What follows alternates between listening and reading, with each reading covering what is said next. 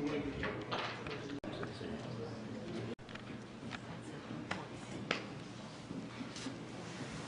we ready? Yes, sir. Just gotta turn the thing on. That's good. I will call the regular meeting of the Irmo County Council to order and recognize Councilman Walker for the pledge of allegiance and the invocation. Pledge allegiance to the flag of the United States of America and to the republic for which it stands, one nation, under God, indivisible, with liberty and justice for all. Dear Lord, bless this assembly of folks in the great town of Irmo as we sit down and do the town's business with cordiality and friendship among everybody involved. Amen. Amen. The next item of business will be the reading of the minutes. We have the minute from February the 7th, item D. Is there a motion for approval? So moved. Second. Second. Any discussion? All in favor, do so by show of hands. And then also the minutes for February 21st. Is there a motion for those minutes to be approved as written? So moved. Is there a second? Second. Any discussion? All in favor, do so by show of hands. And then also last, the minutes for February 24th. Is there a motion for approval as written? So moved. And is there a second? Second. Any discussion? All in favor, do so by show of hands. And now, we will get to the swearing in of Councilwoman Kathy Condon. And I haven't got my glasses on. I can't see. She was sitting right, oh, there she is. Couldn't see back there. If you'd like to come forward.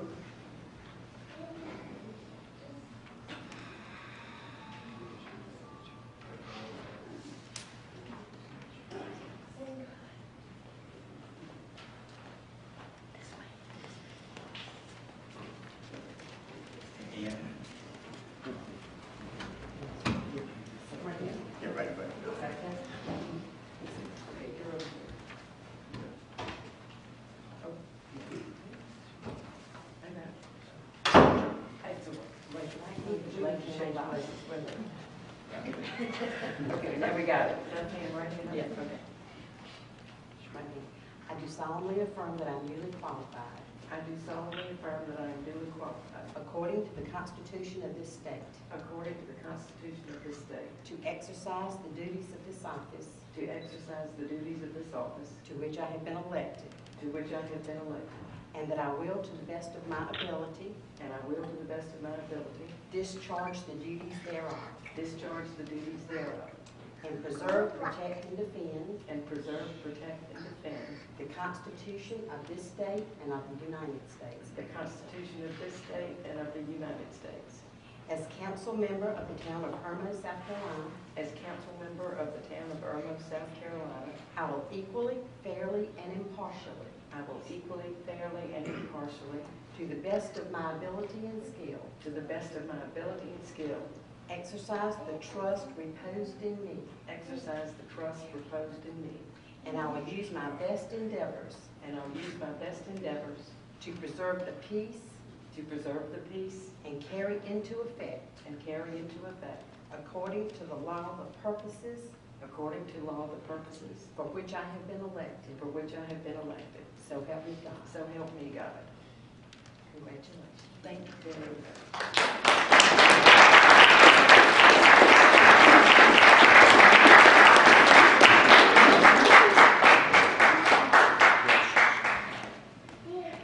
If I could, I need to recognize that my daughter and son-in-law and granddaughter are here tonight.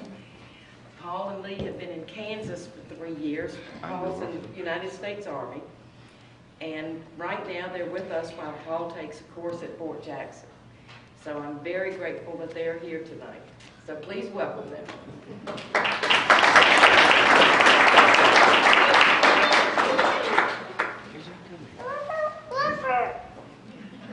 They may be leaving soon. May not be.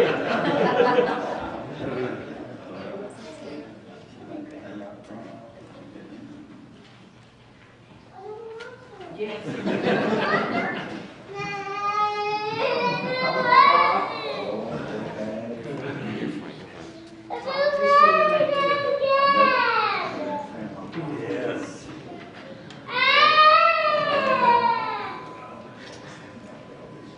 Yes, we do.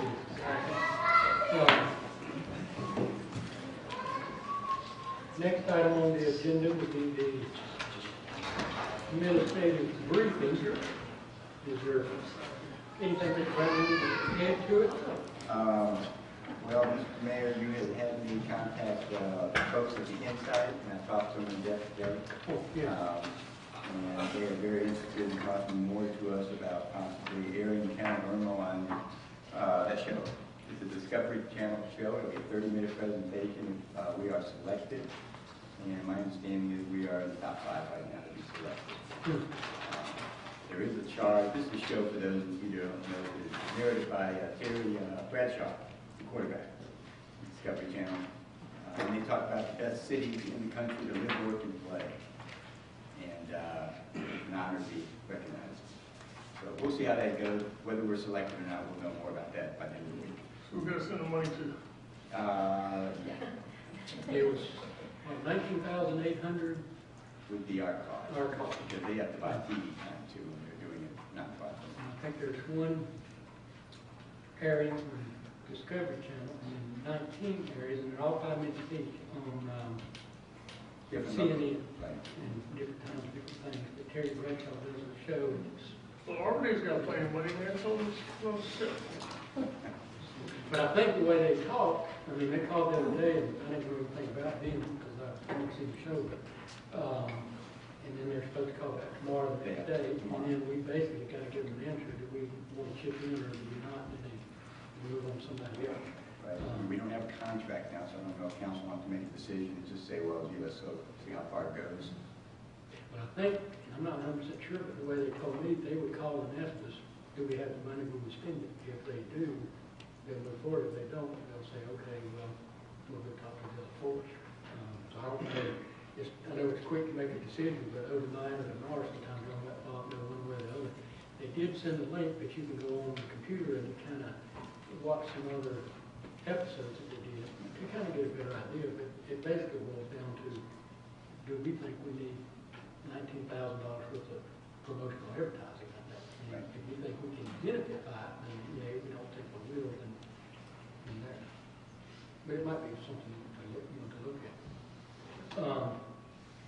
Any other questions of any other thing to add? No, sir. I'll talk now. Does anyone have any questions of Mr. Brown on the administrative brief? So you're okay with us,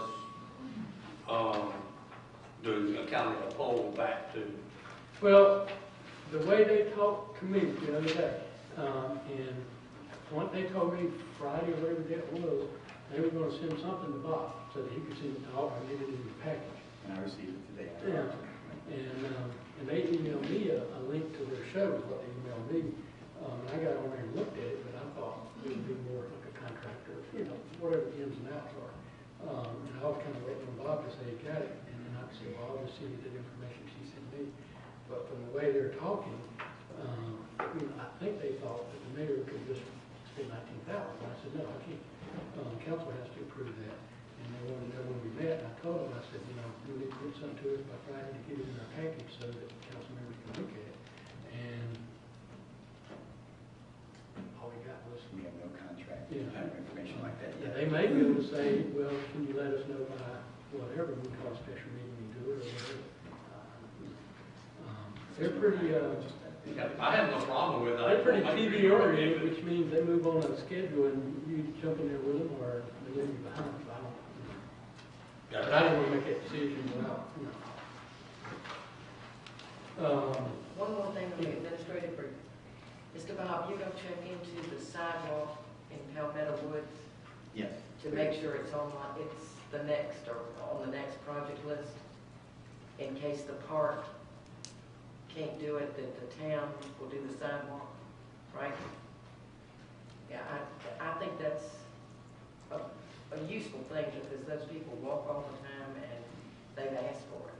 We've got the grant window open right now with T21 money from the state. Okay.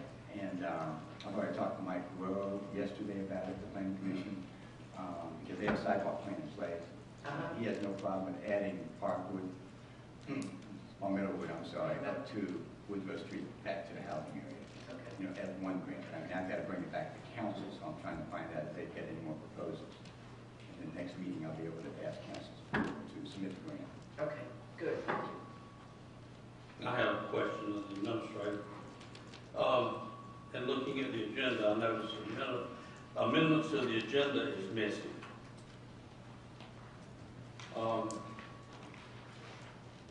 Yes, sir. The mayor had me take that off, and after we clarified that it was not in our town code to have on there. Okay. I'd like to ask that the town attorney draft an ordinance to return amendments to the agenda back to our agenda. And also, as I looked at it, item number 12, executive session, does not appear in our ordinance. correct? So I'd like to add executive session back into our agenda. That way it will be consistent each time. Bob, is the agenda set by ordinance? It is, yes. Mm. If you would email me the present ordinance, and I will make those two changes. It allows us to do it by resolution, but we've done the last two changes by ordinance, so that it will be consistent. Thank you. Yeah, and the reason I did that, I think something came up, and I got to looking on there and realized, well, that's not even on there. I didn't realize it wasn't either. And then after I told Bob, I think then the next day I was looking and I realized, oh, the executive session isn't on there either, we got that, so I thought, yeah, we need to That'll correct clean it it up. and put it on there. And the only thing too is even if it's not on there, and this might be something for Jake to figure out, if you put amendments to the agenda on there, or if you put adoption to the agenda on there, and you would adopt the agenda, or you don't amend it at that time, there's question as to whether you amend it later. If you don't have it on there, you can amend it at any time by either, one, making a motion, or two, taking something out of order, or asking to suspend the rules to take it out of order. And you might clarify that if we adopt the agenda or don't amend the agenda, can it even be amended later, since you didn't do it at that time? You know? Well, the ordinance clearly states that we can suspend the rules at any time to And take you something spend out of the rule order. to take something out of order, but you want to add something new, then I don't know if you could unless you did it at that time. So that's, you know, but we can clarify that and then figure out which way is the best to go. So I would like to add something to the agenda, but would I be able to? You mean tonight you want to add something? Yes. I mean, you can amend the agenda at any time to add something to it, as long as it gets a second, as long as it gets a majority vote. The only problem with amending anything to the agenda, once it goes out, whether it's on there as an amendment or whether it's something amended, is that the public doesn't have a right, or didn't have an opportunity to know, and it may be something they do care about or don't care about, or unsure, or dead or native or whatever. And it, you know, to some, it would appear we're trying to put something on that we didn't want them to know about. But, yeah, but you still can, yeah. I would like to ask that we add an item to new business at the very end, so it would be letter L. And it would be just a discussion regarding landlords of residential real estate. A proposed ordinance that I don't have for you to look at tonight, but just to discuss. So, you make it an amendment? Okay. Is there a second? Second. And is there any discussion? Will we just talk about that ordinance, pass it back? Yeah, Yes. and then we vote yea or nay. Okay. Any discussion? All in favor of amending the agenda to add L, discussion of landlords and, Tenants. Tenants of residential real estate. you got that, Kim? The discussion of, It's landlords of residential real estate.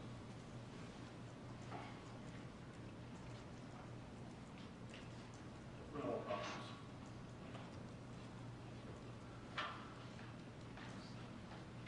All in favor of the amendment, do so with show of hand. All amendment? Okay. And then to receive communication. Is there any received communication? Yeah, I can go for, our new town website is up and running, but there's some functionality questions I have about it. And Bob, maybe you can help me. Blanco's on pertaining to us, right? Yes, sir. And we pay them a monthly service charge or something? Is this all- We paid for this, so we're So it's done? and any changes we want. If you have any changes made to it, they charge you for it? No charges. The new website, we have a new town website, if anybody's noticed, it's different, looks different than the old one. But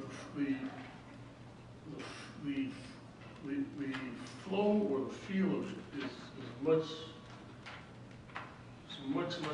more complicated than it was with the other one. In other words, I was able to get to the town ordinances directly from the main screen. Here I can do it, but it's called zoning, it's under zoning ordinance, which I guess it is part of that, zoning is part of that too. But to get to the town ordinance is not clear that that's what that is. I mean, I know what it is because I clicked on it and got there. We can add another one. No, I mean, if we just put it on the top of the banner page, on the top line there. Because I mean, a person, you know, want to find out what the ordinances are, they don't want to go through all of that. They just want to be able to click on services or whatever, and it says zoning. Under zoning, you got zoning here. And that's okay, but it should go right to the zoning, I guess, ordinance books. It doesn't do that, it asks a bunch of questions. Now, the ordinances, the town ordinances, all that's online too, so I don't really need to carry that thick book that y'all gave me. I should really use my iPad, right? Yeah. To look that all up? Yeah. Okay. So, I feel like I don't know, if y'all just play with it a little bit and look at it and see what y'all feel. You know, of course, I'd like the public to look at our brand new website too and get a feel for it, see what y'all think. If you have any comments, call Bob Brown, make sure you let him know that you like it or you don't like it. But I just like to see that put on there so we can navigate a little bit better. Any other received communications? Next item is presentation by citizens, agenda items only. And if y'all remember the last couple of meetings, we have changed our agenda to add presentation by citizens. So at the beginning of the meetings, anyone who wants to come speak to us about issues that are on the agenda tonight can do so at this time, and then they can speak to us before we vote.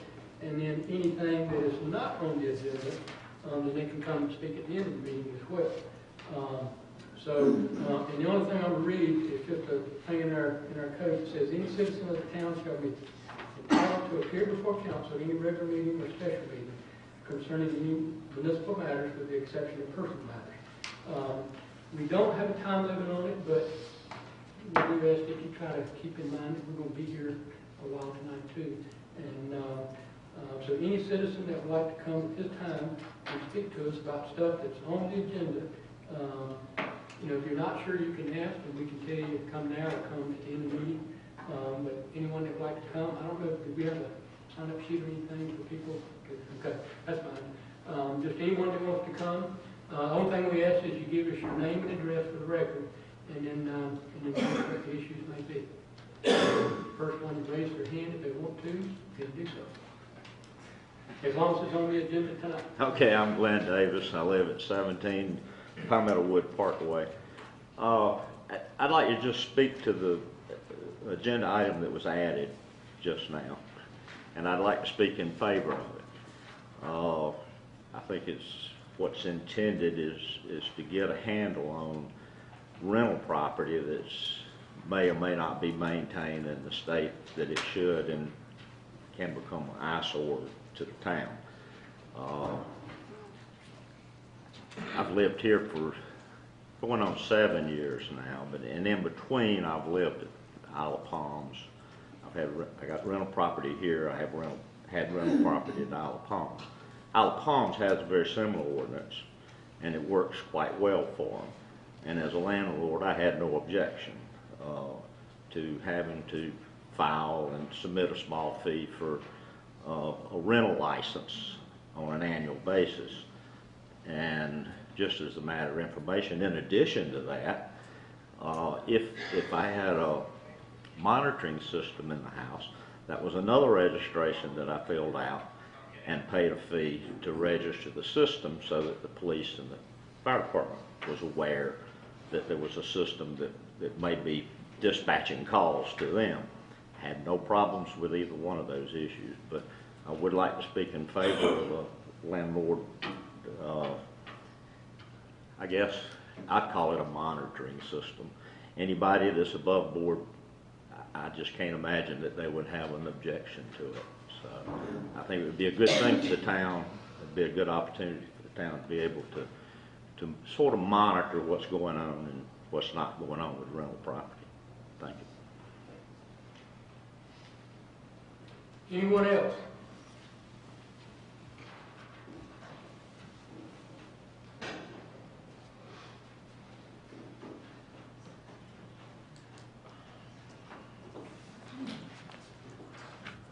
My name is Eileen King, 501 Doncaster Drive. And for public disclosure, I'm also the mayor's wife. Councilman Hoots, in one of the first meetings of this year, you placed on the agenda to transfer $39,000 from the ABC permit funds to the Orchestra Festival. What does that got to do with this agenda? Excuse me, but you What may does that not, have to do you with may this not agenda? talk back to me. What does that have to do with this Wait a agenda? minute, wait a minute, hold on. I'm We're talking discussing, about the things on the new Wait a minute. business. Okay. Ms. King,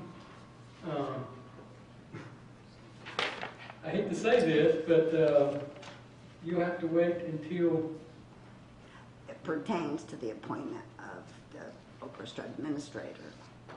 okay.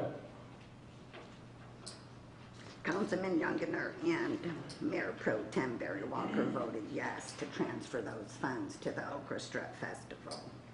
At the following meeting, Councilman Younger placed on the agenda Again, what does this have to do? to appoint Ms. Hoots as festival Point of administrator. order, Mayor. You were asking. I'm questioning the $12,000 that y'all are going to pay the orchestra administrator with funds that were transferred from the ABC permit fund that could be used for the beautification of the town of Irmo. Okay, I'm gonna give you one more And chance. if you Mr. vote- Council, to rein this lady in. Well, right now she's speaking in regards to This is the not, administrator. this is not an agenda item on this agenda. Well, the This approval- agenda says new business to address things on new business. Where do you see $35,000 on new business on this agenda? Well, I'm looking at approval of the contract for orchestra administrator. Where do you see the I'm funds pointing coming out from where the the $12,000 came We'll call from. order, we'll call order on both of you. Listen. Keep it to the approval of the contract with the orchestra administrator and only to that. Okay, That is on the agenda. okay, I'm asking council to not vote for Councilman Hoot's wife as the festival administrator and return the $39,000 back to the Again, ABC permit funds. $39,000 has nothing to do with. Please, hey. Harry, Okay. Anyone else to address us on anything on the agenda? And again, please state your name and address for the record.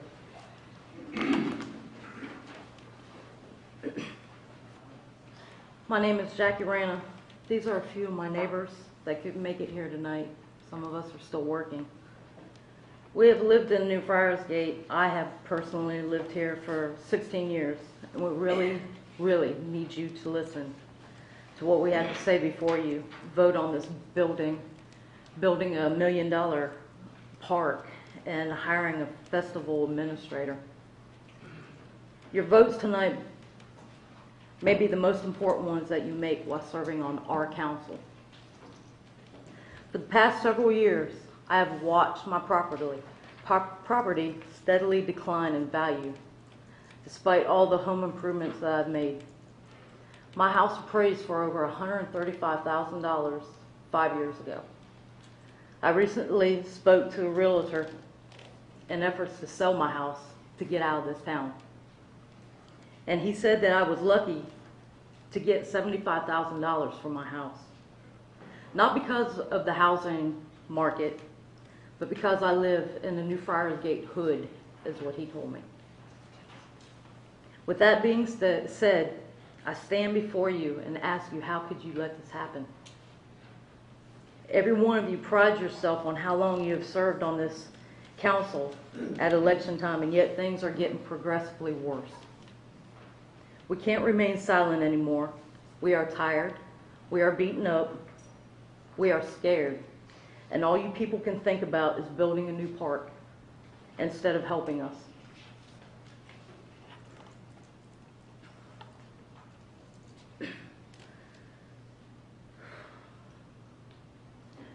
What makes this park different?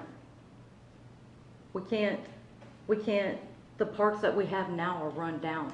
We can't take our children there. It's unsafe.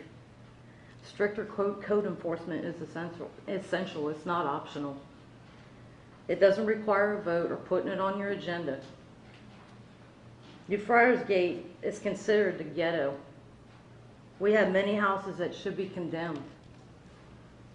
2 houses down from me is literally falling in, and it's not a rental house.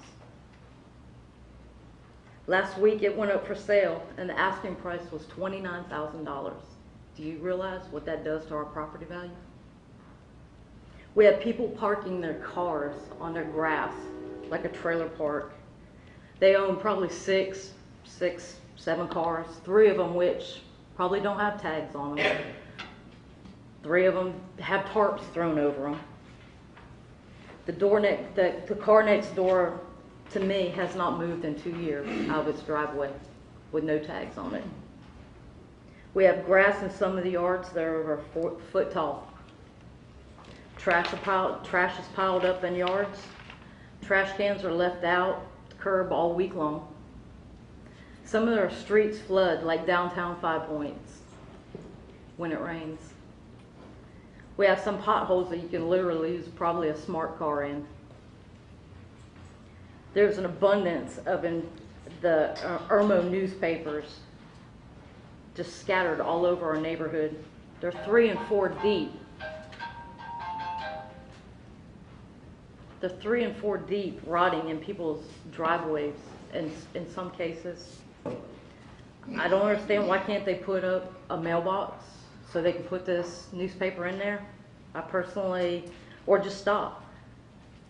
Personally can't name a single person that reads it, but we realize that the editor, the chairman of the Orchestra Commission is here, and we probably offended him by saying that, but save a tree, stop the litter. There are small children on our street that are walking pit bulls. If these pit bulls decide they wanted to attack somebody, there's no way this child can control it. We have a problem with that because we have small children, we have dogs, and they play in the front yards whenever we go out, and we can be with them. We have graffiti painted on street signs. The stop sign on our street gets painted every time a new one's put up. There's graffiti painted on a transformer by H.E. Corley Elementary School that reminds our children every time we drop them off for school that they live in the hood. And yet some of you say we don't have a gang problem. We have thugs walking the streets at 2 and 3 o'clock in the morning. Why? Do the parents know where they are? Please tell us why, again, we don't need a curfew. While driving, it's guaranteed that at almost every stop sign that you pull up against, you're going to have some inconsiderate person that pulls up behind you or beside you with blaring music that makes the fillings in your teeth fall out. And then you go home and you listen to that same blaring music, the people driving up and down your streets. We have cars speeding very fast throughout Irmo and down my street especially. Last week, a car full of thugs came speeding by our home and yelled obscenities at our 2 little girls. Our little girls are 5 and 7 years old. Personally, I've only touched the surface. My neighbors, they have their own horror stories. And as I said, most of them couldn't be with us tonight because of short notice and other obligations. But sadly, we've been informed that even if these code violations were wrote all day long to these people, it would just get thrown out of court.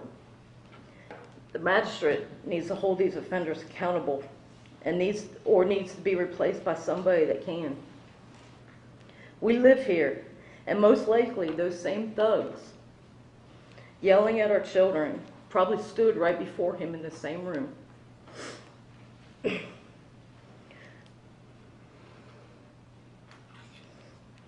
We have seen leniency given towards these repeat offenders while serving on jury duty.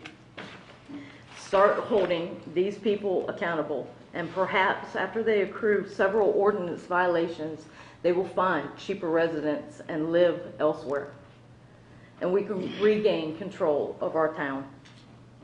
I yelled at a punk yesterday, day before yesterday, to slow down. And I woke up and I had tire tracks in my front yard. I don't want to live like that. We need somebody to fight for our safety and our children's safety. In closing, with all due respect, none of us forced you to run for council.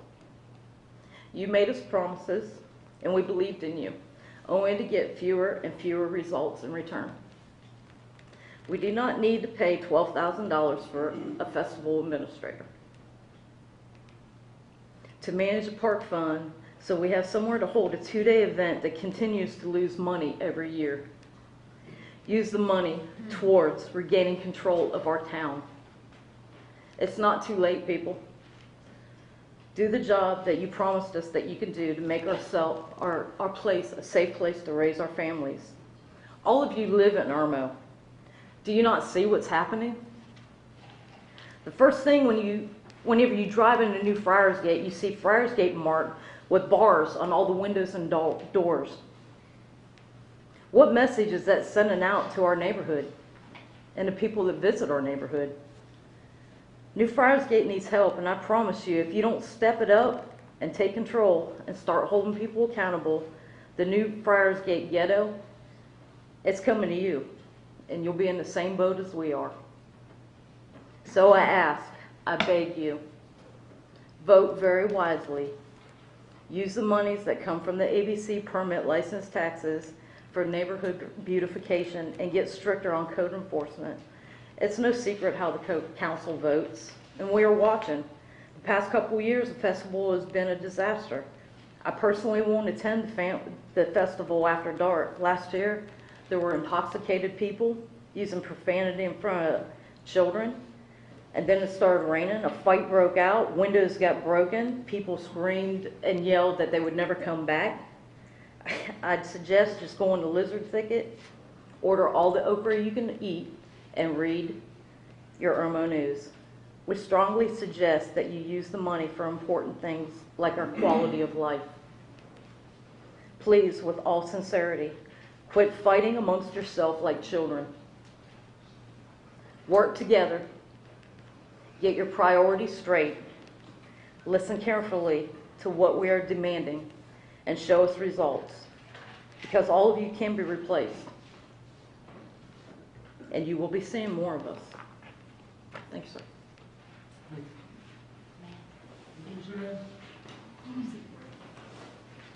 What was, oh, by the way, I think, did you need your address? Yes. What was your address? 106 No Way Road. Thank you. Thank you. Anyone else?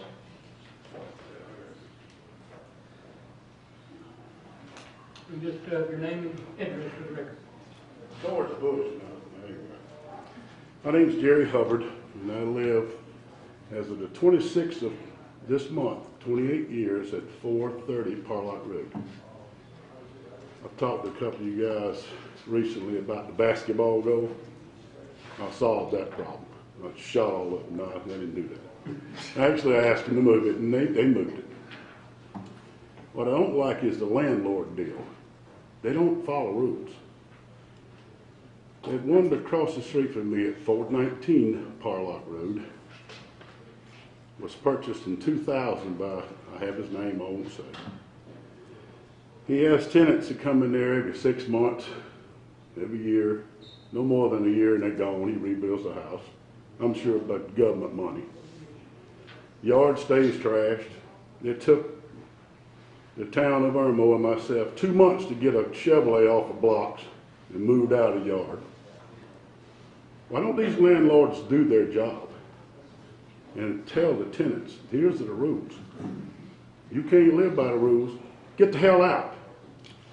I've been in this town a long time. I've been a faithful citizen. Paid my taxes. I want a piece of land up in Hilton in about 2 years. Adios. Because I'm fixing to quit work. I'm too old to work. I got a pocket full of money and I'm moving. Nah. But really, it's not right, y'all. It's all over Friarsgate. That these landlords, whatever you call them, are destroying the neighborhood. I really won't live that much longer because I am going to move toward the ocean. I got 2 daughters live out that way. So I'm just speaking for everybody that will be here for a while. Straighten it up. I don't know about the ghetto stuff. I got enough ammunition. I can take care of that problem. Okay? They ain't coming in my house. But it's not right what's going on. Straighten the landlords out. We need some kind of amendments or some kind of rule. I'm not one here that likes a bunch of government telling me what to do. God Almighty, we've got enough of that up yonder. So, we need to help these people. Get these landlords in check. If you can't do better than that, take his license or take his whatever. Or find the devil out of him, whatever it takes. Make some rules. You guys can make the rules, young lady. We can't, y'all can. Okay? You help us out. Is that a yes? Show of hands? I didn't see no hands. There you go. I shake my hand. Thank you. Anyone else?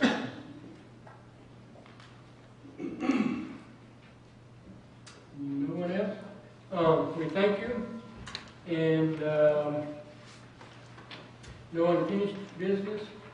We will start with new business. And being that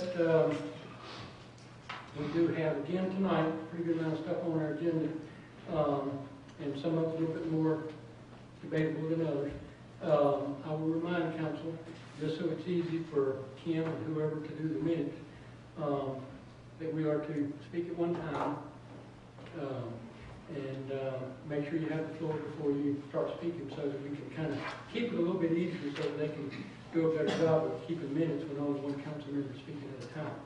And what I'll do is, like I've done at the last meeting, is when we make a motion, whoever either put it on the table or makes the motion for the first reading can go first. Whoever makes it for second reading can go, and then after that, we will speak in order. And I want to remind council too, that in case we want to call a question at some point, which we may, please make sure you have the floor before you call for the question. And also, according to Robert's Rules of Order, every council member gets a chance to address and to comment on any item on here, and also a chance to respond to anything. After that, everyone has spoken and responded, then anyone can call for the question at that time. But part of that reason is to give everyone, whether they're for something or against something, ample opportunity to state their reasons, yea or nay, and then after that, then fine. But the first item on the agenda tonight is the appointments of standing committee. According to our ordinance, we are to have, we can have standing committees, and the mayor is to appoint those. I'm going to do as I did before, and appoint everyone as a committee as a whole. We have discussed that as to the number of people we have, and by law, we can't have 3 people on a committee because that would become a quorum for council. So we can only have 2, and being that, or 1, and being that we have to have a meeting, have a recording, have all that stuff taking place, and then have to read discussion again at a council meeting. But I felt like it was just a whole lot simpler to put stuff on the agenda as a discussion item and kind of take care of it that way instead of having a separate meeting. But I will be appointing committees as a whole. Is there all in favor? I guess would be way all in favor. Show of hand. And second item is an ordinance to annex some properties out on Highway 6 in Irmo Drive, which is best described as the public shopping center type property in that area. Is there a motion for first reading? So moved. Is there a second? Second. And any discussion? And Councilman Younger, I recognize you first. No, let's proceed and annex. This is a great opportunity for our town to grow, and it's a wonderful property to annex. Any other discussion? I think it's a no-brainer. I think we ought to take it. Be glad to come in. The only thing I wanted to add, and I don't know Mr. Lovett, and I don't know if he's here. I can't see. Okay. I know in the years past, this thing has been in the workings for a while, but there were a couple of properties that, for the record, I'd like to make sure we're all aware that some of them do have some goats or some animals or whatever. This is all coming in under a general commercial recommendation. And I think we had discussed a while back, part of it was when Mr. Henson was here, on how that would work if you have farm animals in a general commercial. And also there was one property that I think at one time there was a letter written about a fence. Is any of that still in play or not, or? It's not part of the ordinance, so as far as I know, even if they agree to it, there's no way to bind them to it. Council committee recommendation on zoning, that's all they do as well, and he gives recommendation, you guys can finalize those if you want the zoning to be. But yeah, you can, Mr. Mayor, all of those items are included in the package. It's a voluntary development agreement on the fence, and the Metz family has been aware of the situation with commercial zoning. They very much want the general commercial zoning, and they have been given copies of the ordinance in that regard. so they know. Okay. Yes. Okay. All right. Any questions or anything?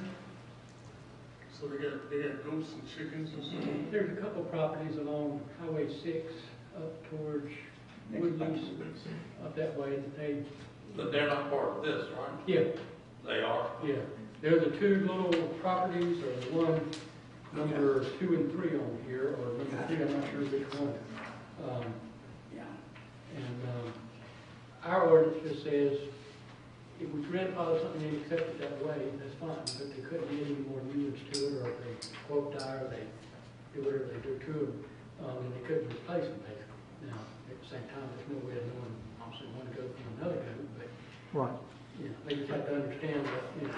How many goats do they have? They've got several, but the mayor asked to make them aware of the non-compliance with the general commercial zoning, and they understand that, and they realize they can't increase that agricultural activity.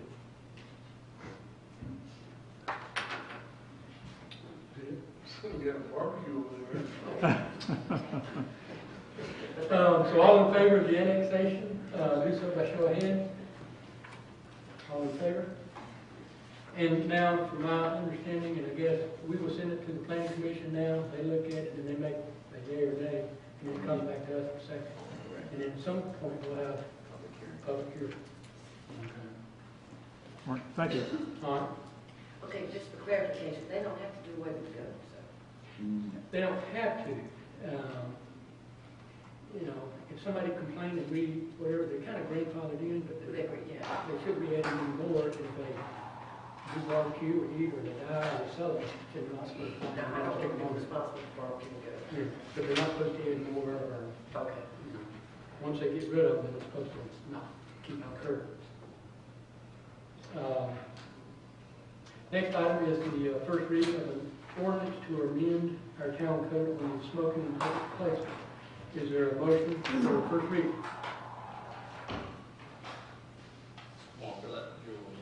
Yeah. I got an interesting phone call the other day. We're going to make a motion I'm first. sorry. Is there a motion for first reading? So moved. And is there a second? Second. Okay, now can I talk? Any discussion? Get it there. Now I can talk? Yes. Okay. I got an interesting phone call the other day. One of our constituents called and said, hey, do y'all have a smoking ordinance? And I said, sure we do. It's a comprehensive smoking ordinance. It says that if you allow smoking in your restaurant or bar or wherever, you have to post a sign that says it's smoking, and then let you, put you on notice that, you know, that they allow that activity. I said, oh, okay, because they didn't know that there was certain places they could go to that didn't have that. So I asked the, Mr. Brown, I said, well, Mr. Brown, are we enforcing our ordinance? And he said, sure. He talked to the chief. And the chief said to Mr. Brown, the way it got back to me is that we have a smoking ordinance, but it's unenforceable. I said, what do you mean it's unenforceable? It doesn't have any teeth in it. I said, well, let's look at the smoking ordinance. It says in there clearly that if you violate the smoking ordinance, you get a $25 penalty. This $25 penalty is that's your teeth, okay?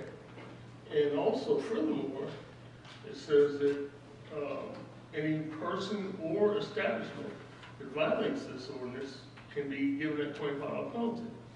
So there's the teeth and there's the enforceability, if you will, of our ordinances. And I didn't understand why we were under the impression we couldn't enforce it. So what I wanted to do was to beef up our ordinance a little bit and give it a little more teeth and say that if any one person or establishment violates our smoking ordinances 3 times within a 6-month period, they can be considered a public nuisance. And that means that we can go and go after your business license and pull your business license if you don't continually disregard our smoking ordinance.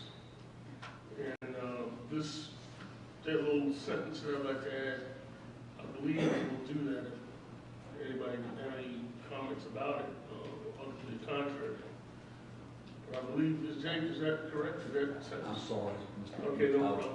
Tell me what the question is, and I'll ask. What I want to verify is that this sentence that I'd like to add, in our smoking ordinance, it says that if you violate our smoking policy, 3 times within a 6-month period, that you can be put up for your business license. You can be considered a public nuisance, and we can go after your business license at that point. It certainly can be done, you can add that. Okay. So that way it gives you a little more, if you will, teeth or enforcement possibilities in our ordinance. And part of that ordinance was to have a sign posted that this is a smoking establishment, and I'm, very serious about that. If you're gonna allow smoking in places that were grandfathered, then you can post a sign and let people notice that this is smoking allowed in this establishment. And I noticed there's some places that didn't have it. I guess it's been corrected now, but at the time it wasn't. There were some places that didn't do it. So that was the thought behind this ordinance change. Now, may I ask something for clarification? Aren't there only 2 places allowing smoking? I believe so. I believe there is only 2. I mean, that's what we're talking about. Okay. There's probably actually more than that, but I'm not sure. Yeah. I One thought the time, rest, Cat 22 did, and I don't know if they still do. I think they went non-smoking. I think they were. Seemingly ways, and I think Cat 22 still does, it did, Okay. about a month ago. Well, they can. I mean, it's.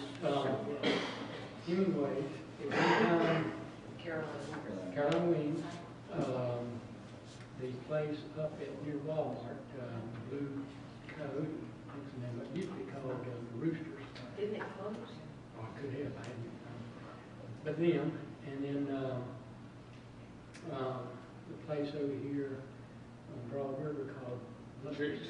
or Jake's or whatever. Yeah, they changed ownership though since. Yeah, they changed over there. Lucky's. Those were the only ones that I Yeah. knew of. I think it was 5 or 6, but I don't know if they still do or don't. And maybe Waffle House, I don't know if they changed. I think there's smokeless. But I mean, if they are smoking, that's fine. Post a sign that says that we allow smoking here. And if you aren't smoking, that's great, that's even better, that's what we want. But what you're saying is some of these places don't have the sign. Correct. And I don't care one way or the other either, but if I were a business and the sign costs $10 and the fine costs $25 and I paid it 3 times, then somewhere along the line, I'm paying them $75, I think a typical would figure out, hey, it's cheaper to go get a $10 sign than to keep paying the $25, whatever. It may make us more money over the long haul. I mean, they keep costing them $25 every week. But, Yeah, but now they can lose their, because they're a nuisance, lose their business license. And that's a bigger headache for them. any other discussion? All in favor of first reading for the smoking ordinance to add the infraction, do so by show of hand. All, not, where in the majority.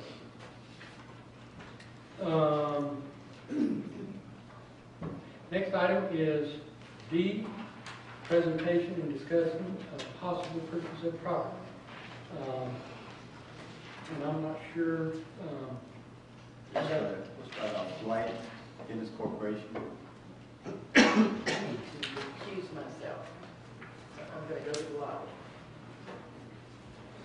Good evening, Council, Mayor, Mr. Brown. My name is Dwight Cathcart, Dennis Corporation.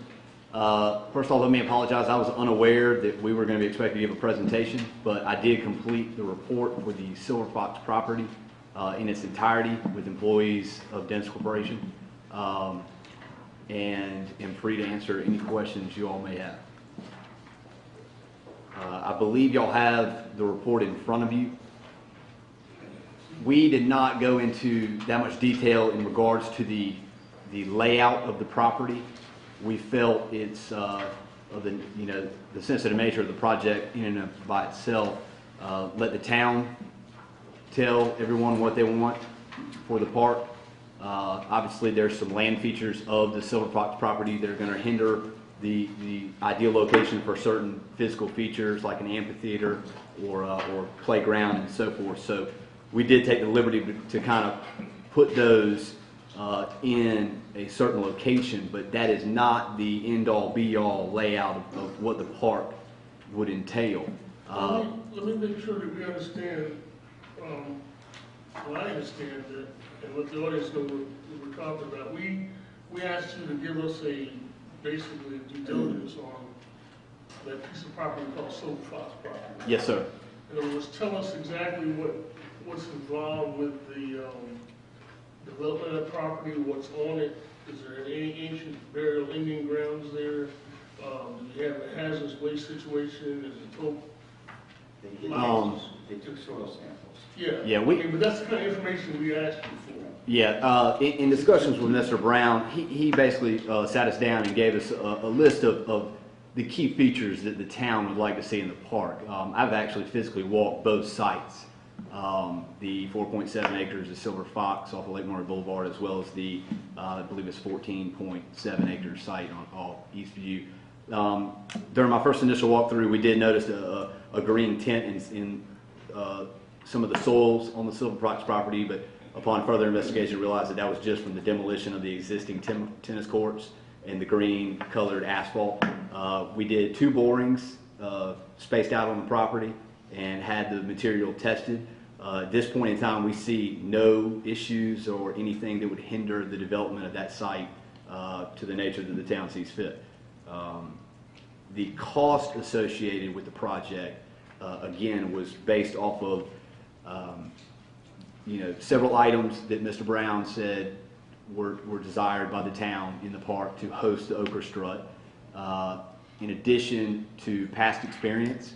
So with that, we associated a cost that we feel is very realistic and would more than likely come in under that budget. And just for my knowledge and also for the public, you have 2 kind of options here. One looks like it has 2 parking lots and 2 public restrooms, and then the other one has 1 parking lot and then 1 restroom built. Now this $480,000 price, 560. or 560, that includes just the 1 restroom building, I think. Is that correct? Well, no, it says 2. Okay, so that includes both.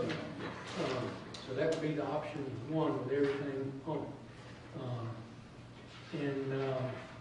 And now, if you don't mind me adding, Mayor, that price is an A to Z project, start to finish. I mean, we include, for example, we include construction management. Whether y'all would require a consultant to provide that service to the town is, that's a cost that could be eliminated. A phase 1 environmental study, like Councilman Walker just said, that would be your historical ownership documentation for the purchase of the property that would determine if there was an Indian burial ground on the site.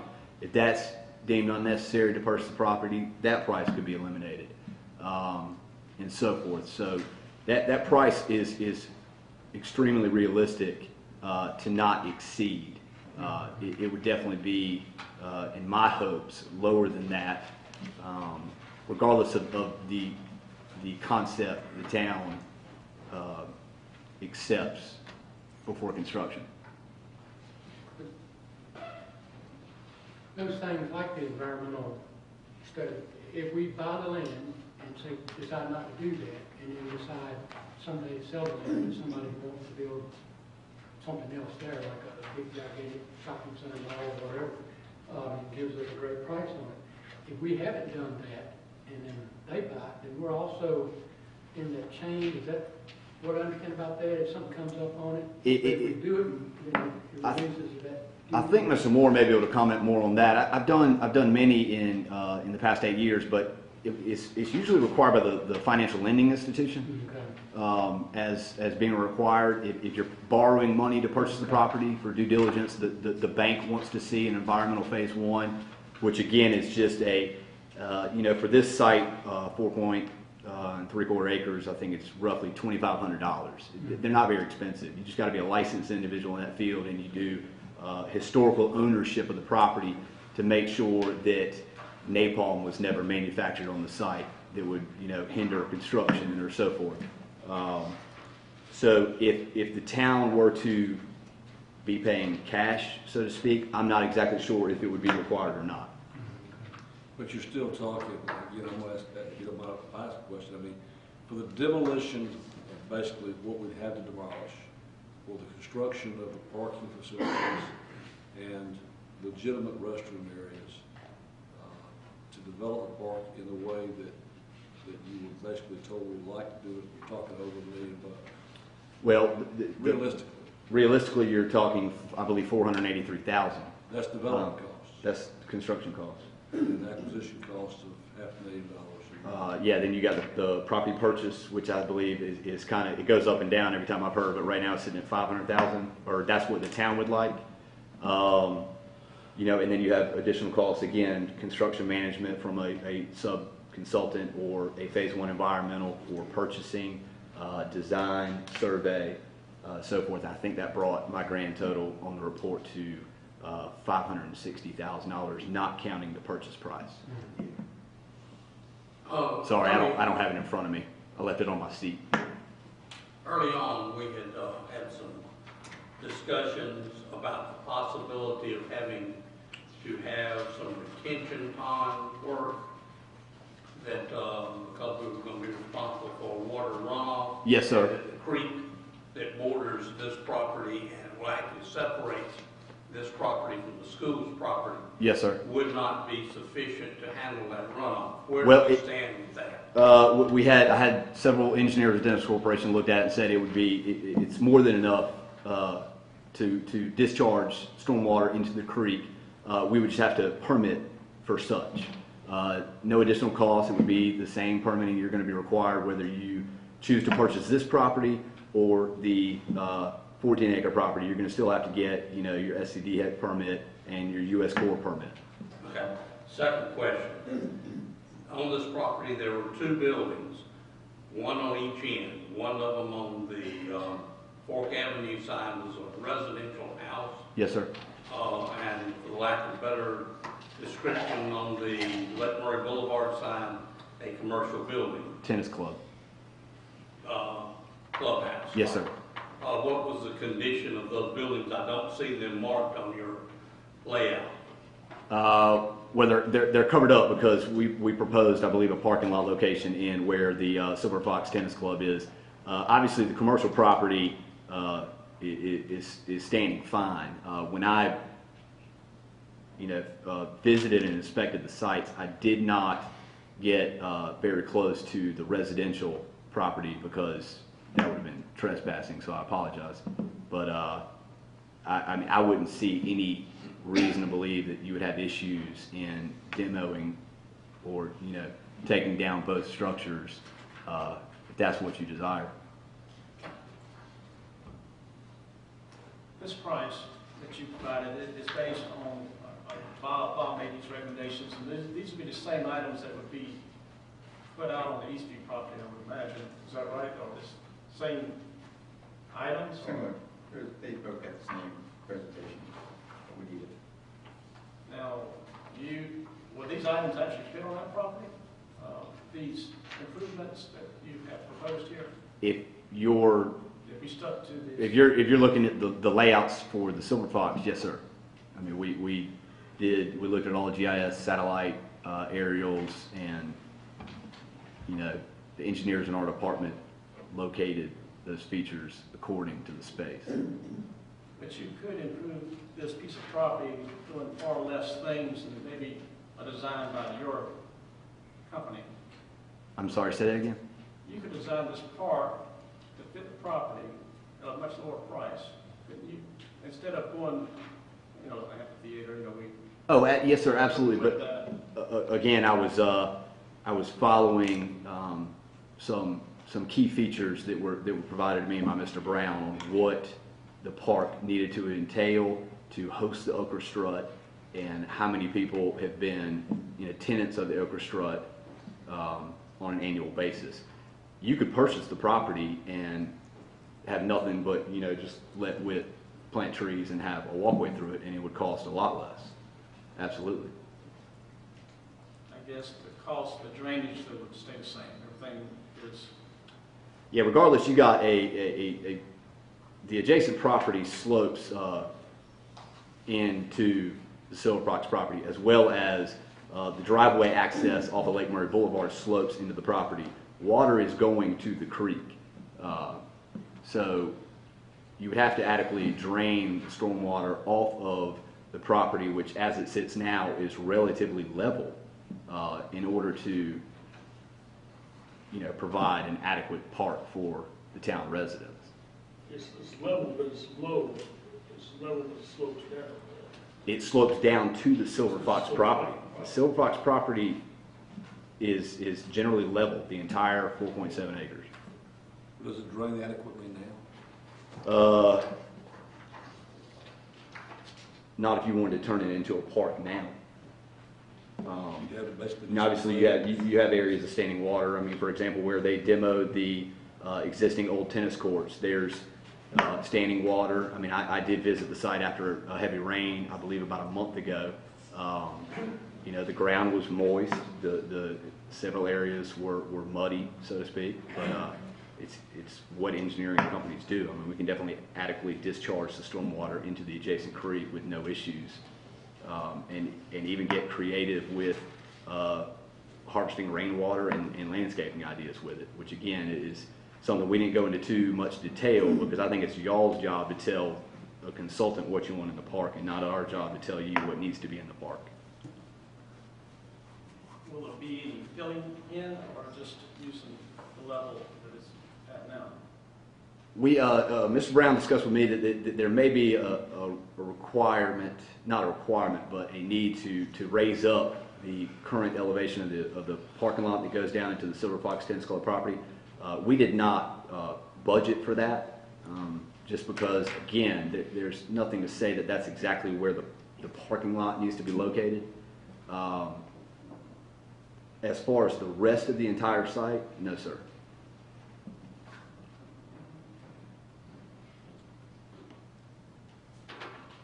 Any other questions? Thank you. Question, one more. So, could it be developed for half this amount of money? It all depends on what you want in the park. You could purchase it for $500,000 in 30 minutes and plant one tree on it. If that's the town's ordinance for a park, then so be it. But again, it all details what you want to house in the park to host the orchestra. Could it be done so to answer your question, yes, it could be done for half that. But you would lose some of the features that we have presented to you in the report. Your amphitheater for so ever many people could be cut in half. The playground equipment at the cost of $25,000 could be a swing with no fencing, no parking, no restroom. You could have one restroom on the far end of the park with 2 male stalls, 2 female stalls. Absolutely it could be scaled down.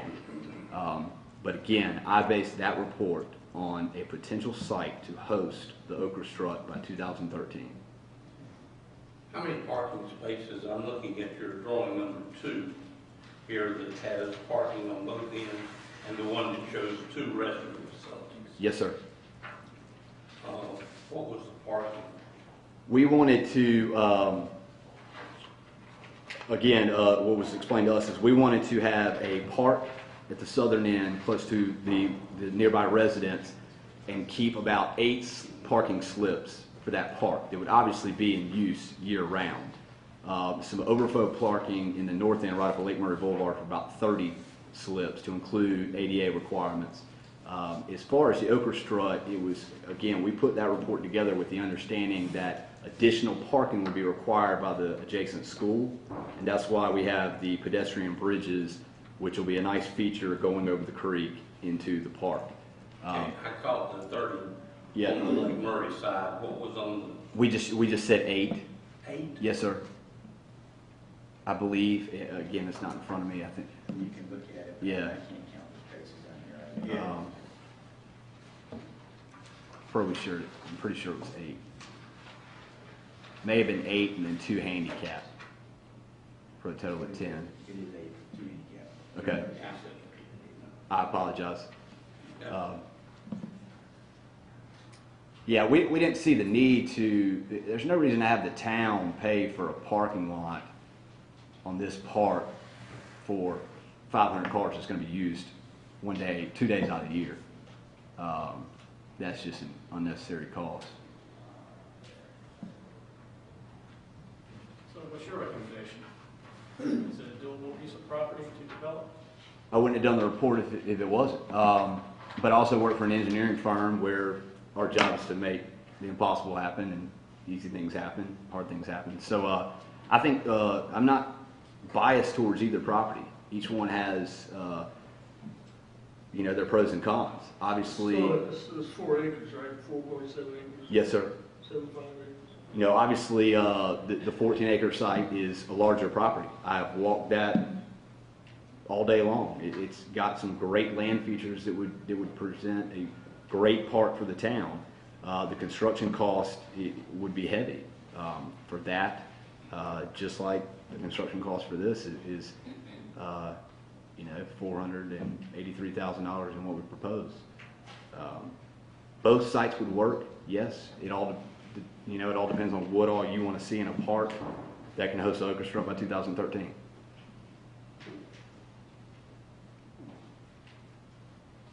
Any other questions? Thank you. Thank you.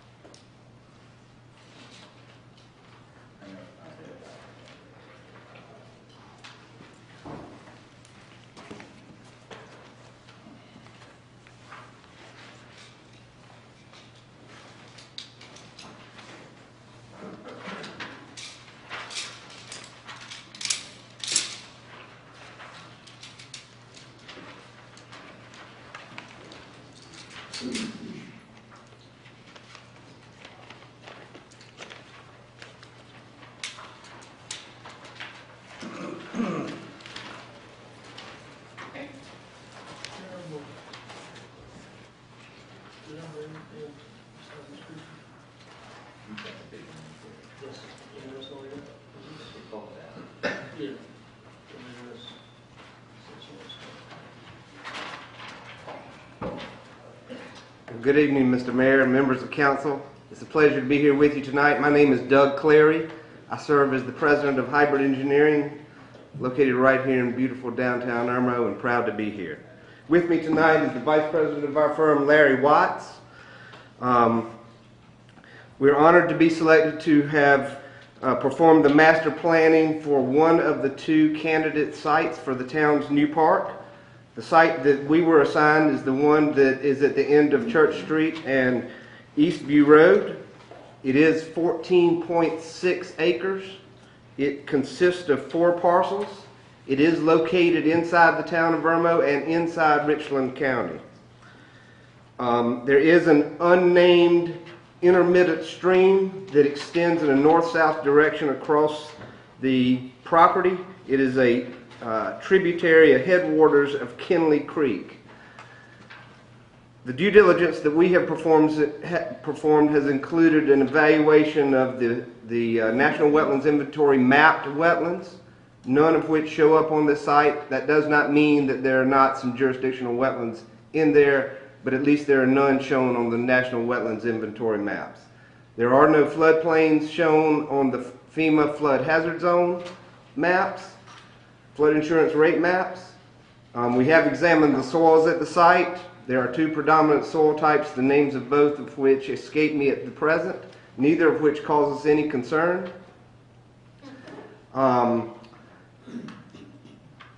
We have also toured the site extensively. We have not performed a Phase 1 environmental site assessment of this property, an assessment of which is intended to determine if a property is subject to recognized environmental conditions, and that means the presence, past presence, or material threat of presence of hazardous materials of petroleum products in the groundwaters, or the surface waters of the site.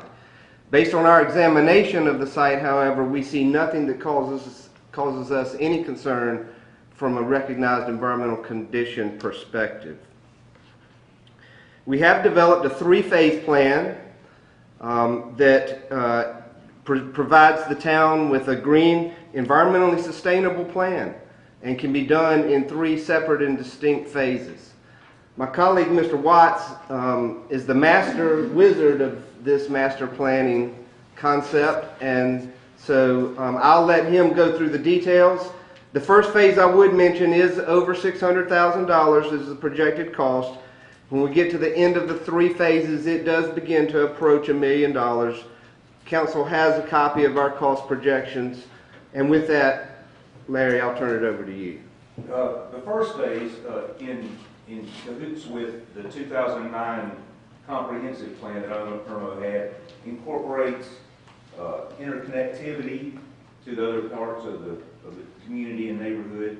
The first phase would consist of just clearing the lots selectively and putting this road inside it, which is constructed of pervious pavement, which will assist us in the stormwater runoff. That allows water to pretty much soak through the pavement. And we also have the jewel, which is the amphitheater. Pretty much everything else is just walking trails, and the site is as you would see it here. That's the first phase. The second phase will bring into this portion of the site right here in the middle, which has some more continuation of the walking trails and a nature trail, along with a rain garden and a picnic area right over here. The last portion of this construction project would be phase 3 on the northernmost part of the site, which incorporates the child's playground area. Another entrance is more accessible out here with more walking trails, some parking spaces to park for the children's playground, which is also constructed of impervious pavers, and a dog park here that is fenced in for dog exercise. The completed conceptual is presented here with site elements as well. We'll be glad to entertain comments and questions of council. You said the third phase or second phase is the second entrance, or is that both entrances? Both entrances would be constructed actually in the first phase, but there's more in the second phase. There'd be more landscaping and there'd be interconnectivity by the first phase of it. Yes, that's correct. There is an entrance off of Eastview, which is off the Eastview, and an extension, kind of that area. right, and an extension of Church Street that gets us to our site. Mr. Rhines has said that the woman that owns this property would allow us to gain entrance to our site. It's about 325 feet of road that we would have to construct to achieve this entrance. What's the cost of building that road? Roughly. I think it's about $35,000. And there's also access out of Old Friars Gate, is that correct? Out of Eastview Road, is that what you're talking about? Yeah. In the portion of that Eastview Road there? Yes, sir. DOT's right-of-way stops right here, this little jut that you can see. Right. How much do we have to pay with Eastview there? How much is paid? How much do we have to pay? None, actually. You just pick up right at the end of the road, right here, into the property. This is the portion of Eastview that you can see right there. That's where the road stops. Is that what comes out of Old Friars Gate? No, that comes out of Fox Run. Fox Run, CVS, College Street, and Yeah, college. I'm disoriented. I know that there's a road that comes out of Old Friars Gate that actually connects to this piece of property, because I got eat up with stickers. Where does that come in? It's going to be coming off of, or it would be It's Shedford. old Friars Gate back in this area. Off of Shedford. Well, there's houses side by side on Shepherd and Doncaster, so there is no road on either one of those, unless it would be down towards that cul-de-sac down there. I think if you come in on Chillingham, and you come to Shedford, take a right, you go towards your property, your house. Yeah. Take a left, it's only about 2 houses there, and that road just ends. That's Now, right. I think the people living there may be parking cars there or a camper, but it's where that road ended, and Mungo had just a burn built there. Now, you're talking about on St. Stephen's, it's in St. Albans Woods? No.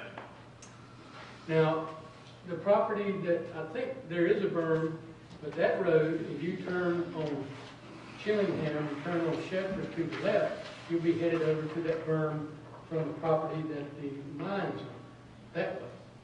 But this is in a different location. The only other road that I'm aware of is, now Eastview continues, this dirt road. It kind of meanders through here and comes out next to Dim's Jewelers. Yeah. Between the barber shop over there. But yeah, if you come down Chillingham and stop at Shepherd and turn to the right and go to my house that way, but if you turn left, you do go about half a block in. But that backs up to that property with the line on it, the guy that years ago that does all that stuff. So the primary access to this property is going to be Church Street? Yes, sir. It's envisioned that the main entrance is right off of Lake Murray Boulevard on Church Street. This is another rear entrance, if you will. Eastview is what you consider the rear end? Yeah. Yes, sir. Aren't you going to have, if you're going to use this park, and it's basically several hundred feet off of Lake Murray Boulevard, aren't you going to have in phase one legitimate parking somewhere? Well, this area could be used for parking. We're showing it as a leveled area for vendor booths or whatever. I'm not talking about use as the overstrut. I'm just talking about day in, day out. The overstrut's fine, and using it for the overstrut's a great idea, it's good. But I'm talking about the park that people at Old Friars Gate are going to use, people in the Eastview community are going to use, and people are going to drive to and basically use on a regular basis 365 days a year. Okay. I'm concerned about person wanting to use this thing as a park. Somebody can walk out of Old Friars Gate and use it. That's great. Somebody can walk out of the Eastview community and use it. That's great. But let's assume somebody wants to come out of New Friars Gate and come to this park like they do the park out there. Where are they going to put the car? Well, in this plan, it would have to be in this field. You have to park in the field. Now, just remember, this is conceptual. I got it. And there are earlier versions of this plan that include a number of parking spaces. And as the plan evolved with the feedback from staff, we arrived at these three phases of construction. Obviously, it can be changed. The detailed design has not begun, and this is conceptual in nature at this stage. And at the same time, I would add that if we do phase one and it doesn't have, say, the walking trails or the playground, then there's not going to be a lot of use for people to come use it because there's not a playground or a walking trail. And they can use it for picnic or whatever, but there's really not going to be picnic tables either. Unless we just do it, I'll say all in one phase, and then you have the playground, and then you have the dog park, and then you have the picnic area, and walking trails, nature trails. And then people would come and say, start using it from day one, and we'd need parking from day one for their use. But and my understanding too, I think Bob told me that field, it's not just grass, it has that, whatever you want It's to call it. envisioned it would have some, we're calling it pervious pavers on it, which the whole thing is kind of designed to soak up water so that we don't have to have a whole lot of stormwater infrastructure. But we do have stormwater detention basins, retention basins in there that we envision will be necessary. Yes, sir. Correct. We could certainly add some parking along here, as shown up here, in the same design. That's up the same thing. But we were directed kind of to show this as would be a parking area, a multi-purpose area. What new things are there? Are those detention ponds or are they ponds? They're stormwater ponds. They can be detention ponds that dry up, or they can be retention ponds that have a permanent pool in them. They're designed to basically, they're not artificial ponds. They're designed to basically, you could basically make two small lakes out there and use them as retention ponds. You certainly could, yes, sir. They could be an amenity. We envision that they be an amenity no matter how it shakes out. Downhill, I mean, they're on the downhill side. Yeah, we have the luxury here of having some topographic relief to work with. This site is not flat as a board, and it affords some opportunities for some interesting features. Right, this spot over here is high, as well as this spot is kind of high. As you would imagine, I mean, the creek is going to be low, but we've incorporated the creek to be an amenity and a feature, and be used as a rain garden, and to also catch the stormwater with these ponds. When you call it a rain garden, Similar to what you have over there across from Town Hall, with all the vegetation in that little creek area. okay. Something like that, it's just a lot of plants. We call that a babbling brook.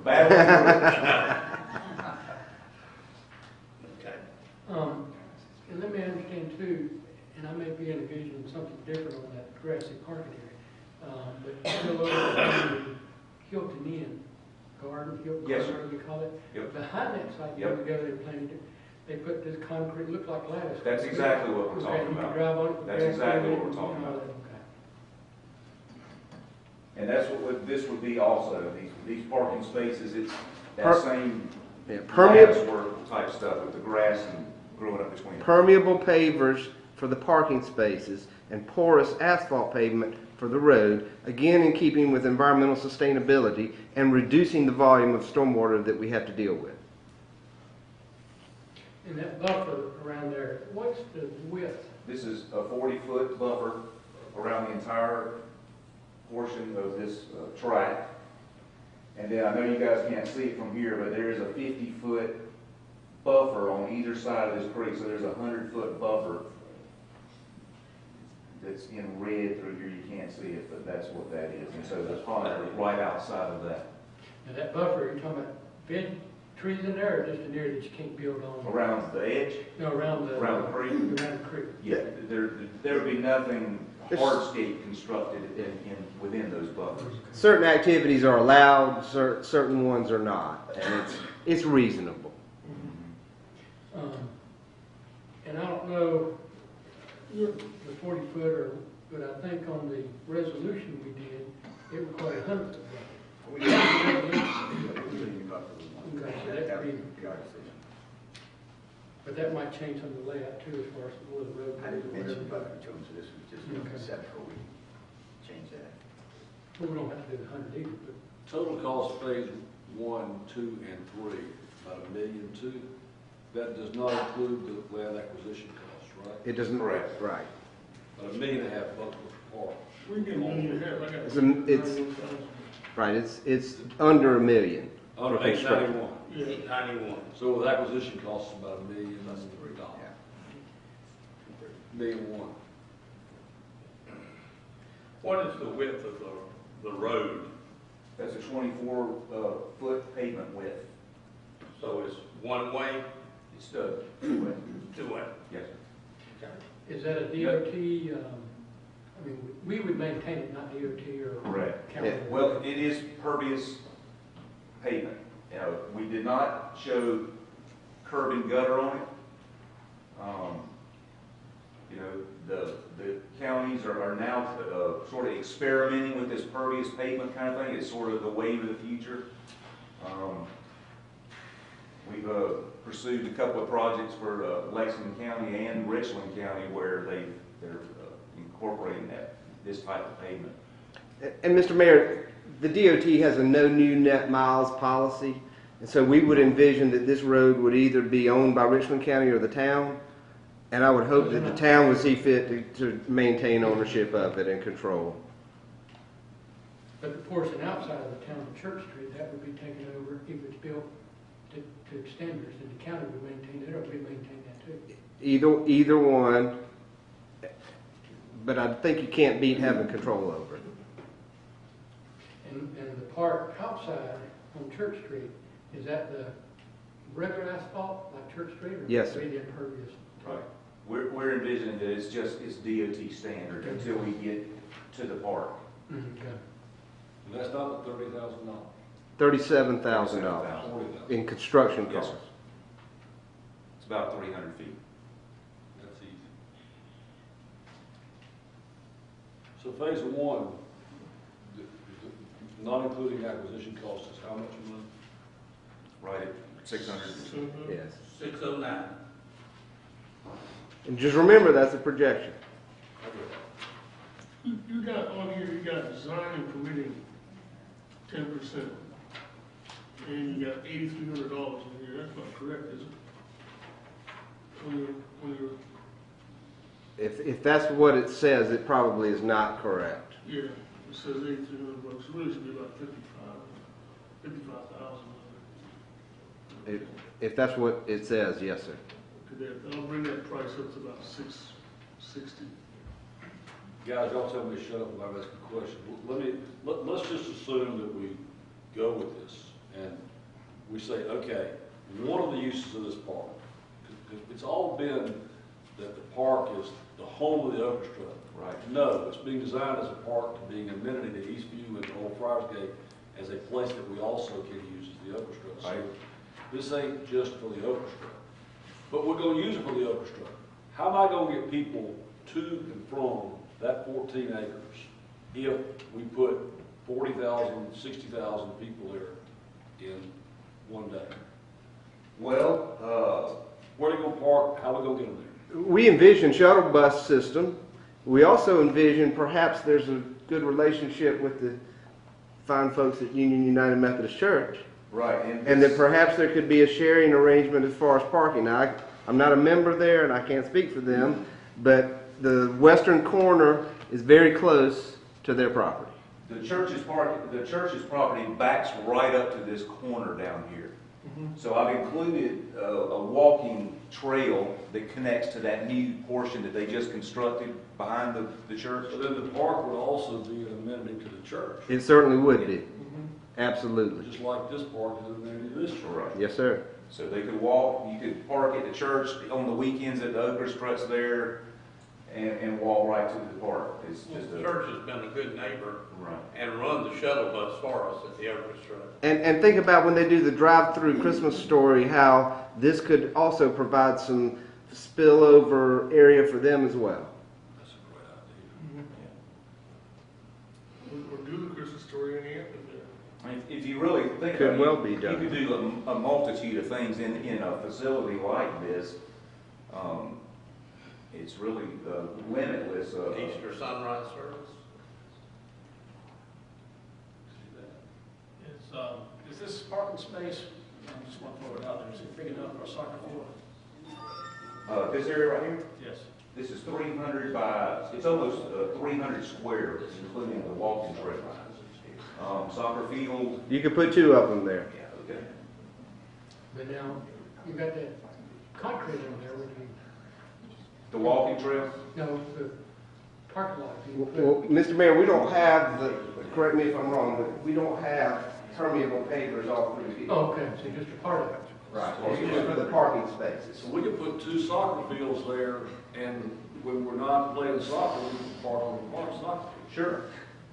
And actually, I had this area right through here, in one of the first versions, this little area was cleared off of these trees, so it was more open to do things that you would do on a smaller scale that you could also do here. It's just a matter of clearing off some trees and kind of scaling back this nature trail area that we've shown here, if that was desired. And that picnic area, is that big enough to do something like a community garden, something like that, homeowner? To do any kind of community It would be, yes, sir. down that way? How bad is the topo on this thing? Topo, it drops about 15 feet at the highest spot right here down to the lowest spot, and about the same thing over here. I walked it, and It's thick through there. it's thick as if Very I got thick. killed. I got eat up with fire ants and stickers, but it I looked like did a nice too. piece of dirt to me. Yeah. It's definitely higher up here Yep. and over there, and it's very thick, but it's a lot of, I don't know about trophy trees in there and big. There are a few, but it's mostly just thick brush and stickers. If we put retention instead of detention ponds there, and I go out a mud hole and I want a pond. You're going to have a pond. If we have to artificially fill it from the irrigation well, we can do that. So when you say pond, can we put fish in it? Stop it. Stock Why it? not? Now, you mentioned the irrigation and the well. Do you have that in your, That's included in the... included? Yes, sir. So we don't have to get involved with city And hall. what is the size of the restroom facilities? These shown are, I believe they are 4 stalls male and 4 stalls female. It's a prefab unit type thing, probably a lot like you have over there across the street. It just You comes. say across the street? Yes, sir, at the town, Irmo Town Park, right across the street. Oh, okay, that one's brick and mortar. Well, these are brick also, but it's like a concrete aggregate wall panel. Oh, okay. But they come as a prefab unit. You just pick how many stalls you want either side. And there's a storage area in there as well. I got a really loaded question. Okay. All right, and you can answer this. There are a lot of people who live in the Eastview community who are my friends. One of them sitting right there. And she's concerned about the fact that this might impact on her quality of life, might hurt her in some fashion. There are people in Friarsgate, a lot of them think the idea of a park next to their subdivision is a good thing. Some of them say it's a bad thing. We're going to help the community, we're going to hurt the community by putting this thing in. I think it's an asset. I've lived here since 2000, and I've enjoyed the okra strut while it was down on Lake Murray Boulevard. And I would love to have this park right next to in our neighborhood. I use this one right across the street a lot with my kids. We do too. But I mean, again, this is not for the okra strut. I mean, having that park there. Using it it's the other got- 364 days a year. Doesn't it have to raise up the standard of life and quality of life for Old Friarsgate as well as the Eastview community? Doesn't it have to make life better over there as a whole? I would think so. Undoubtedly, we believe it would make life better. Now, at the same time, we've all got to be sensible about how we go about monitoring activity in there. Sure. You know, and it may be that you close it at night. You know, it just may be. It may be that you need to have a gate up there and that it's closed at night, except for special events. I think the amphitheater. We've got it lighted all the way through it. We think the amphitheater offers the town an opportunity for more events on a routine basis. Well, I have to personally say, I don't particularly like that driveway going through the entire park, but that's just a personal, if it's a park, I like to see more green space than a driveway or a racetrack through it. And, you know, if we could scale that back and have more of the vegetation or more of the walking trails. Sure. We Well, could cut this road, cut it across right here. yeah, I mean, that's almost a mile of road, isn't it? About 2 miles of road? 1,660 feet. Yeah. So, that's a good bit of road. And there again, this is just a conception. Yeah, I understand. Yeah, This is what I just to mean- get some ideas happening. But yeah, anything's possible. As a matter of fact, we were tossing around that idea just before we left, is maybe cutting the road across the center here. Or even back here. In case, you know, in case we need more green space for Right. parking, for dog track, for whatever. Sure.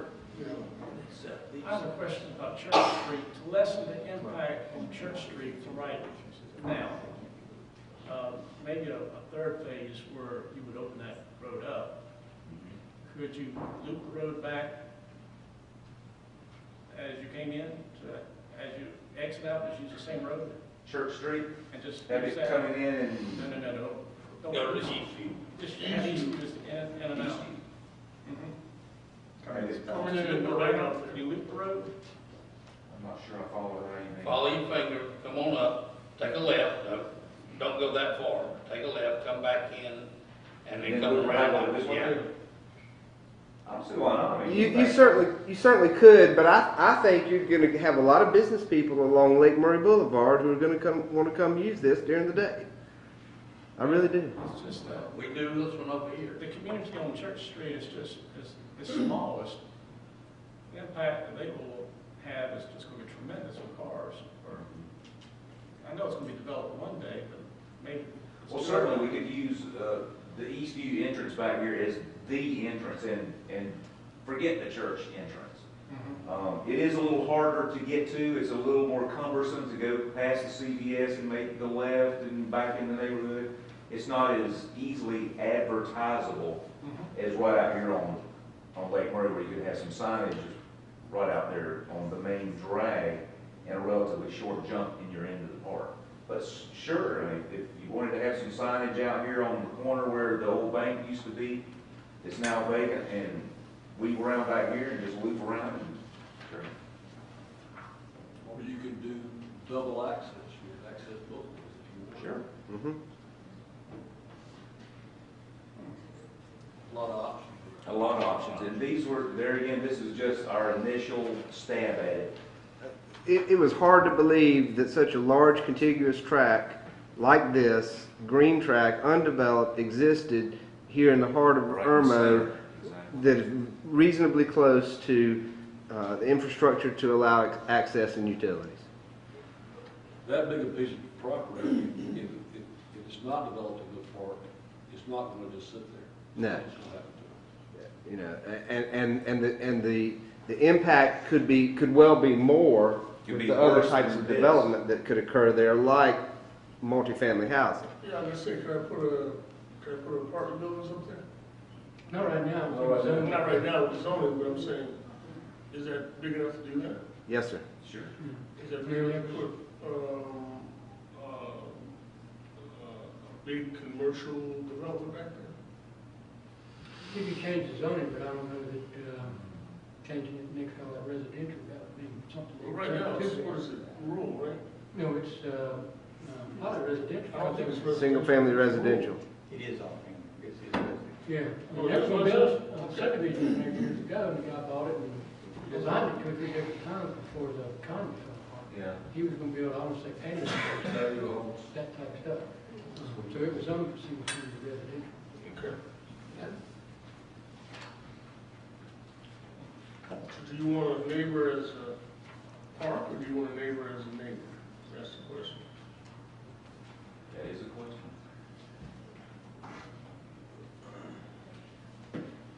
Any more questions? Hardy, you might have asked, I know I'm asking as much, but this is the first time I've seen these things. How much maintenance on this thing? How hard is this going to be for us to maintain? Well, Got to cut the grass. I would think that about cutting the grass is the biggest. And trimming the hedges and water and everything. I mean, there will be an impact on WIT staff, no question about it. Well, like the road, we're going to put this impervious road down. I mean, is this thing something's going to last us 30 years, or we're going to be having potholes every 2 weeks? It would be designed in such a fashion that you would not have potholes every 2 weeks. 30 years might be a stretch for typical pavement design, but 20-year pavement would not be unreasonable at all. Are we building dams for these 2 ponds? Is that what we're doing? No, sir, we would have outlet structures that would meter the water out and control the discharge rate such that we don't violate the DHEC standards. So what backs up the water? The water it's from this intermittent stream. Like the day that I walked the property, it just rained a couple of days before, so it was wet down through there. And from what I understand, any other time, it's dry. But do we dam the stream? Is that what we do? No, sir. No, sir. That's not the intent at all. These stormwater basins would be located in such a fashion, one on each side of the intermittent stream that usually is dry, that would draw water, stormwater from the balances of the site. The shapes are preliminary, but the idea is that you collect water from the north side to the stormwater basin that you see to your right, and from the west side on the stormwater basin that you see to your left. You just cut them down. Yes, sir. They would be excavated. There would be a discharge pipe. There would be an overflow structure, and I don't mean a dam. I mean, like a 6x6 concrete box with a weir on top. And the water discharges back onto our property into the stream, so you're not hurting anybody. Right. I know I keep asking this question, but do we look at, are there any ancient burial grounds back there? As a matter of fact, Councilman Walker, we have not done any cultural resources surveys, no shovel test of anything like that. we just didn't include that in our scope of services. But that would be something that we would do once we decide this is the property and then. I think some level of that would be appropriate, perhaps a desktop evaluation of the known historical properties in the area, but do you need to do a full-blown cultural resources survey? I'm not aware of any requirement that would have you do that unless you start bringing in federal money to assist in the construction and funding of the park. Well, that's another thing too, we're not talking about, it might cost us $660,000 for phase one, but I believe that we get a lot of grants that we can qualify for. To pay for a lot of that, it's not 100%, but I'm sure it won't be a impact to the town, especially once we get into it, we start designing it the way, we, the constituents want.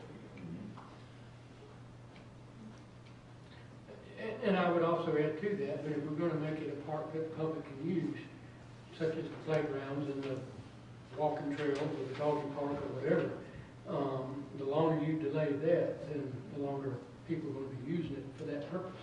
And it's going to be only a dump truck park, so to speak, for a while, unless you get into phase three quickly. But I think from what Bob said, some of that stuff we can get grants for, but we have to wait till next year to get a grant.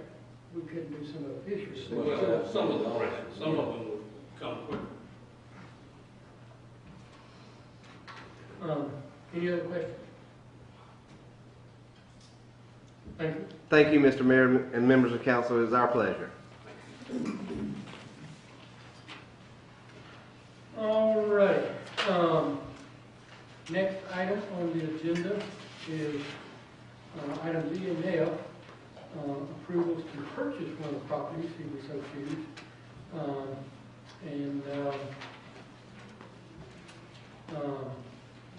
Is there a motion for, well, item E is the approval of the purchase of property at Silver Fox. Is there a motion?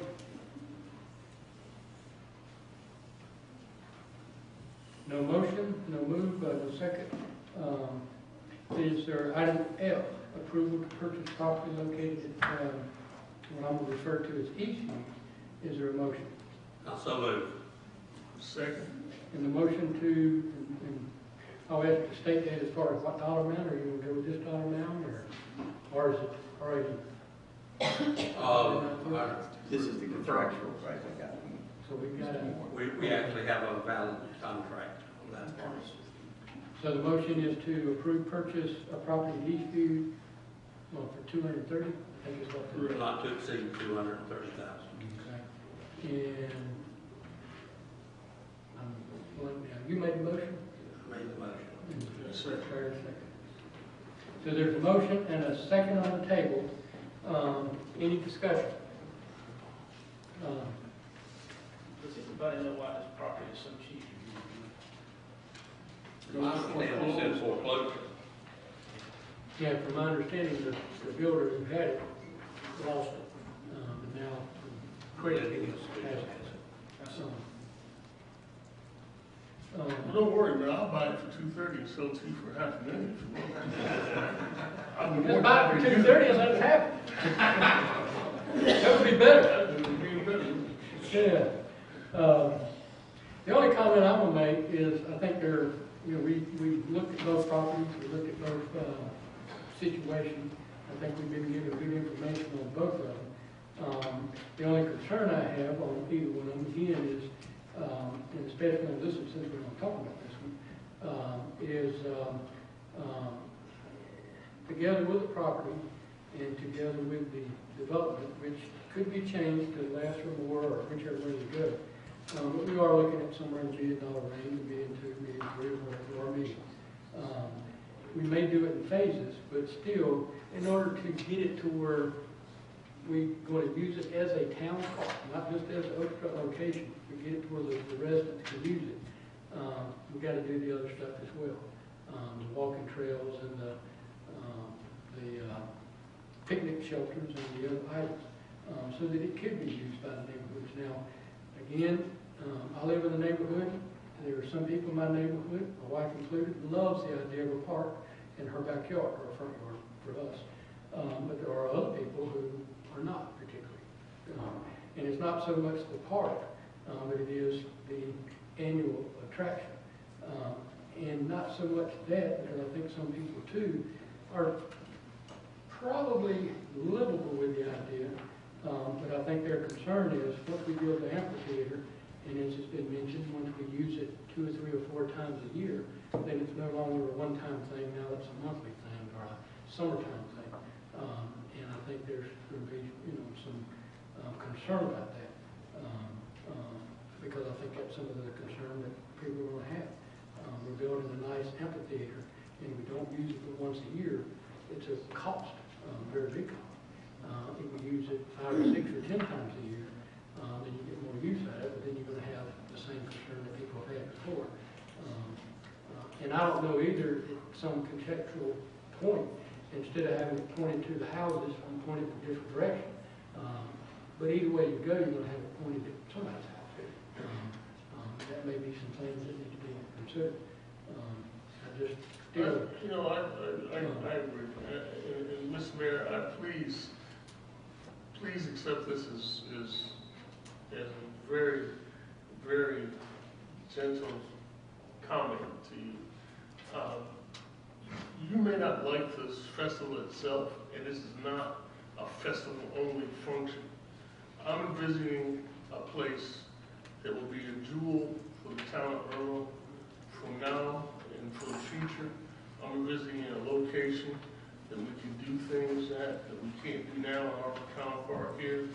And I'm also envisioning a cooperation between the Chamber of Commerce, the Arbor Day Committee, the Women's Club, or whoever else wants to help pitch in not only funds but man hours or women hours to get this thing developed so that this becomes a jewel in our community.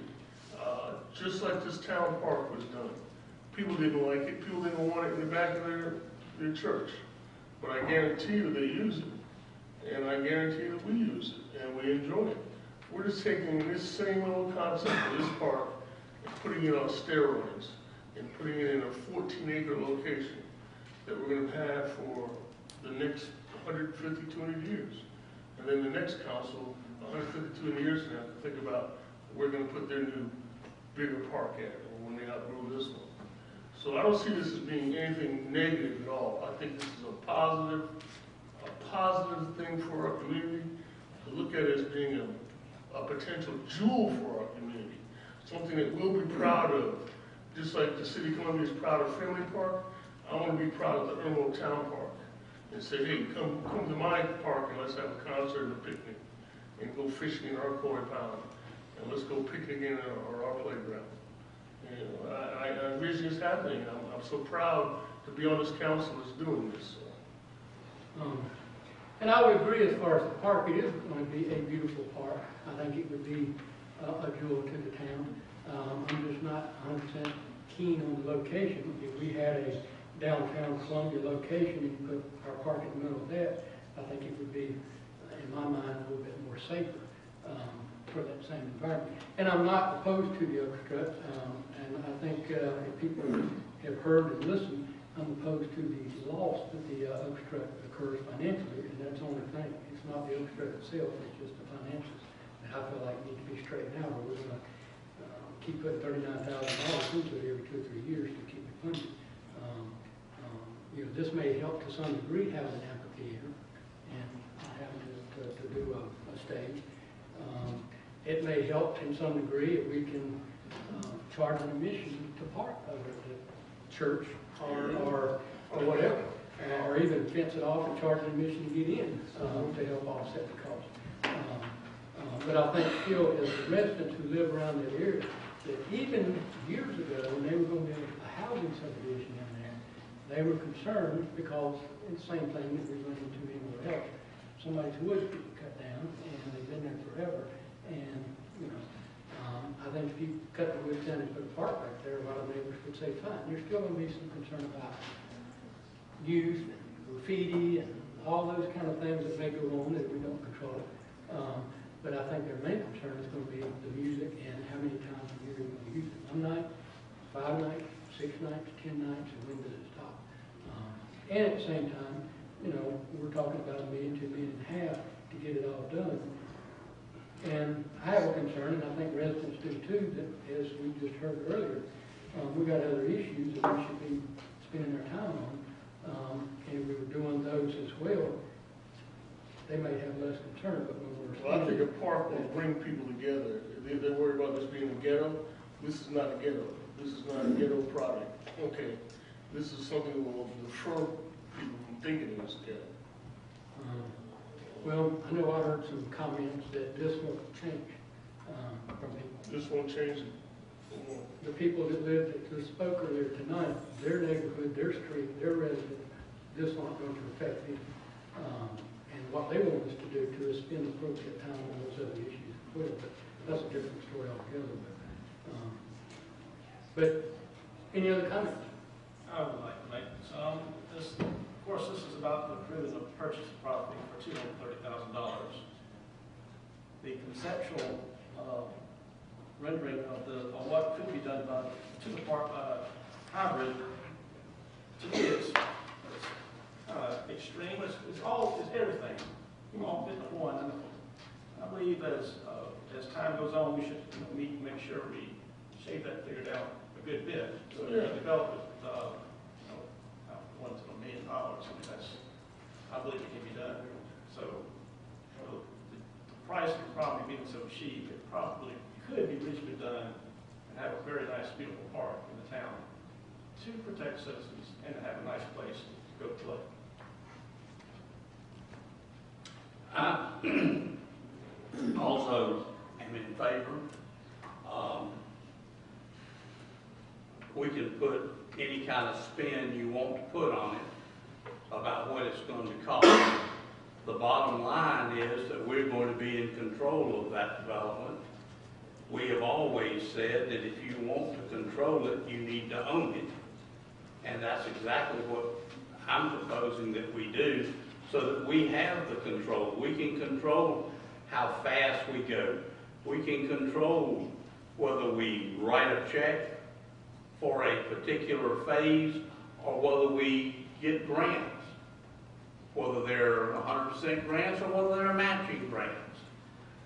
You can spin it, you can guess at numbers all you want to do, but we have gone out now and gotten an educated guess, a very educated guess, as to one possibility in 3 different phases that would let us develop this piece of property for the jewel that Councilman Walker has described, and I think most eloquently described.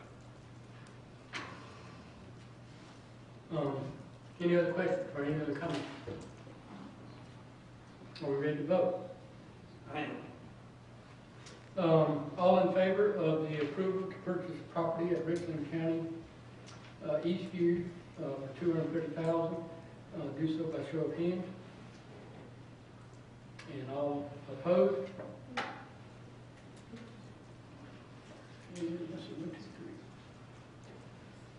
Next item on the agenda is the authorization of check 12881 to Boots Court Reporting and Events Management. I have placed that on the agenda. Mr. Mayor, I've asked to be recused, and I would like to be and be called back once these items are taken care of. And what this has to deal with is March 5th, Mr. Brown brought me some checks to sign as the course of normal business. And as I was signing the check, I ran across a check for $1,000. And being that I'm new at doing that, I usually ask what the checks are for, and over the course of a couple of months. A lot of them I don't ask what they're for because I already know. This one, when I noticed the address on the check, which was 130 Boker's Lot, I stopped to look at it, and it was an invoice from the Overstrut chairman for $1,000 for the consulting services for Mrs. Hoops. I asked Mr. Brown about that check, what it was for. He explained to me his interpretation of what it was for. Basically, I asked at that time, has this been approved by the Orchestra Commission? And we don't know. I called Kirk Luther, who is the chairman of the Orchestra Commission, and left a message for him to call me. And I also called our county attorney, Mr. Moore, which I'm not sure where he is at. Who is he? Somebody step outside here. Ask him to come in. Oh, there he is. Oh, sorry, I couldn't see. And I have not heard back from either party as to what this was for. My intentions was to find out if this was a properly authorized check, and if so, could I sign it? If not, then what was I supposed to do with it? And again, I hadn't heard anything back from it, so I held it. I think I emailed Mr. Brown maybe a week later and asked him to contact the individual to find out about it. Still have not heard anything back. So Is this discussion or is this a? this is a discussion as to what I'm supposed to do with the check, because it's my understanding, I think at some point, Mr. Brown was concerned that somebody could steal it or something, so I just voided the check out and actually gave it back to him. He said made a copy because somebody made a copy of it. But I am concerned that, it wasn't authorized, and I tried to get to the bottom of it. Mr. Moore, I'm sorry, but I didn't hear anything back from you in regards to it, nor did I hear anything back from Kurt Luker. So I just assumed that it meant that it was dropped case. I left a message on your cell phone and at your law firm, March 5th. And I think Mr. Brown has informed me that he spoke to both individuals and said, please contact the mayor about this so we know what to do. And I haven't heard anything back. I told Bob, I talked to Bob, and my reaction is, I don't know if it's authorized or not. If it's authorized, it should be paid. If it's not authorized, then it shouldn't be paid. That's what I told Bob. That's where I was at. And I was asking the chairman and yourself to call me because I think Bob's interpretation was the Orchestra had the authority to do this. My interpretation was the Orchestra Commission had the authority to authorize up to $1,500, but I asked for the minutes of the meeting when it was approved because none of my minutes had authorized it. So I didn't assume it had been authorized. And again, I've not heard anything back.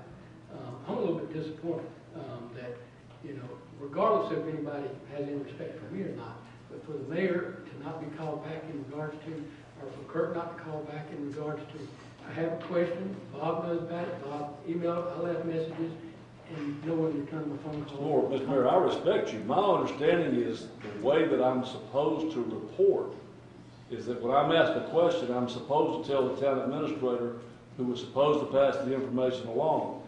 That's what I'm supposed to do. That's exactly what I did. I've always done it that way.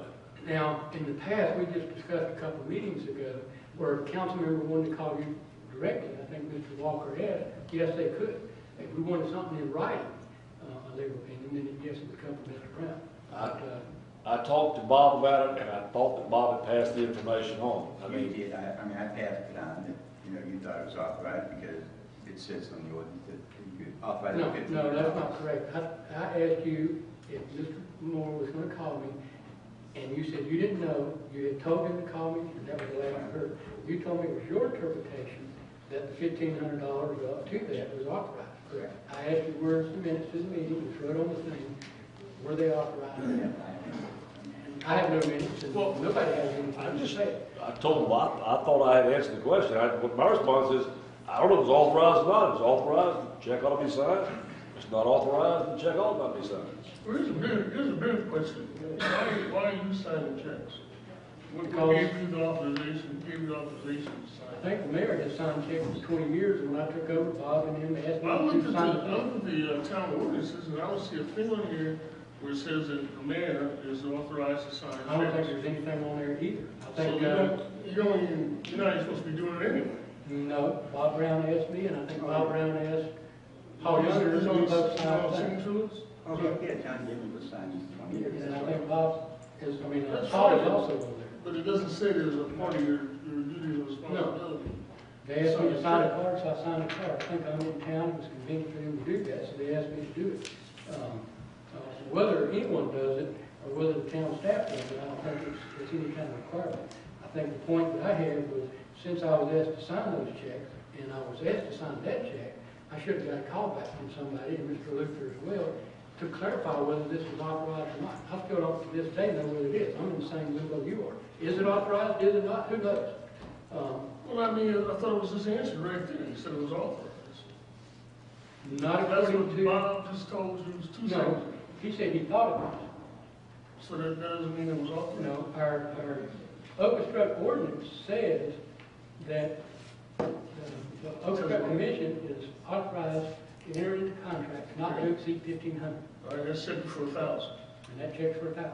So that's only 1,500. But it's not been voted on by the Oakstruck Commission. It was signed by the Oakstruck chairman, but not been voted on by the commission. So it was my interpretation that they was not voted on. To spend $1,000. Yeah. They voted in the meeting that I was sitting at to hire her as a consultant. I was in that same meeting too. I didn't hear that. I did. I didn't. I sat right there and you sat right behind me. Right. And they said that they wanted to use her as a consultant. I didn't hear them discuss and vote for it. Did you not hear that? Did you not have that? Do you have the minutes from that meeting? We have they have the truth of it next week. Okay. And I was at the meeting, and yes, they discussed different things, but they didn't vote on anything. Just like we're not voting on some stuff here tonight, discussing, we're discussing. But they didn't have it on the agenda for vote, and they didn't vote. They just discussed it. But the bottom line is, I wasn't sure whether I was supposed to sign it or not, and I had to get some confirmation whether I was, and never got it. And it turned into a bunch of whatever. Was there a legitimate invoice from them? Did they? But there was an invoice from the individual, Ms. Hoops, the court reporter, and then there was a purchase order signed by, that was requested by the chairman, but not from the Oakstruck Commission, because, again, being at that meeting, I didn't hear any of that discussed. That meeting took place, I think, March. This was for February, and in my mind, they would approve that before February, not after February, for something coming up. I just wanted to get clarification and also kind of find out if it was something we were supposed to sign or not. Now, if y'all vote to do the contract tonight, it's all kind of new.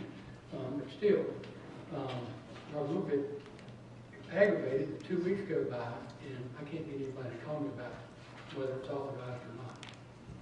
So again, I just voided the check out and gave it back to Bob and said, hey, if somebody can clarify it, then get somebody else to sign it.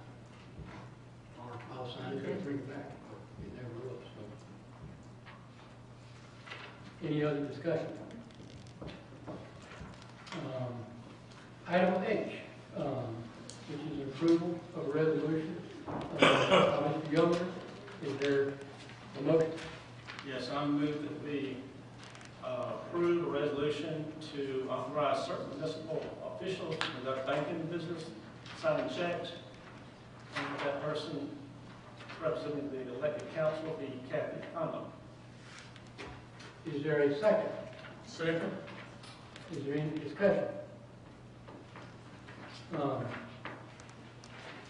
And I don't have a problem with this councilwoman because she's local to it, easy to get to it, and convenient for Bob and him. I think it's a whole lot easier if all y'all did was ask her to sign the card. Again, I think it's a little bit, yeah, whatever. If y'all will be signing checks and looking at it and asking questions as to whether they're proper or not, then fine. I just looking carefully on me. I did it for 8 years Yes, with the mayors. It was, Right. So all in favor? Oh, I'm sorry, which one are we on now? We're on Stand. the H, okay. And you might have heard the conversation or kind of know what's going on. For me. Okay. So all in favor of having Kathy? Is that the only person? Is Bob, is Kathy, and somebody else? yeah. Will it be Bob, Kim, and Kathy right now, according to this resolution? Okay. So, and Paul would be on there, is that correct, or? We could put it. Well, I mean, just according to this resolution. So it's just one council member and 2 staff. Okay.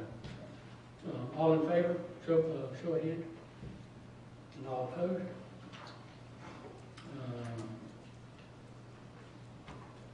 And next is the approval of the contract for the illustrated administrator. Is there a motion? Oh,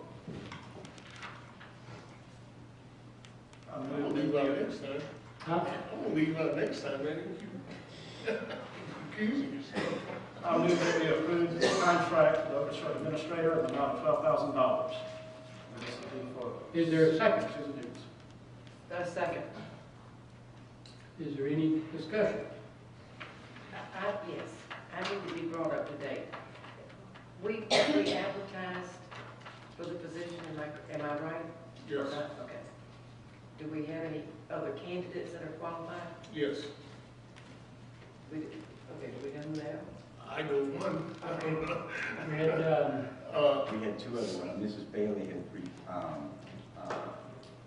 had submitted an application for the job, Nancy Bailey, and she later emailed me that take her name off of that. Okay. So we still got Mrs. Watson on it.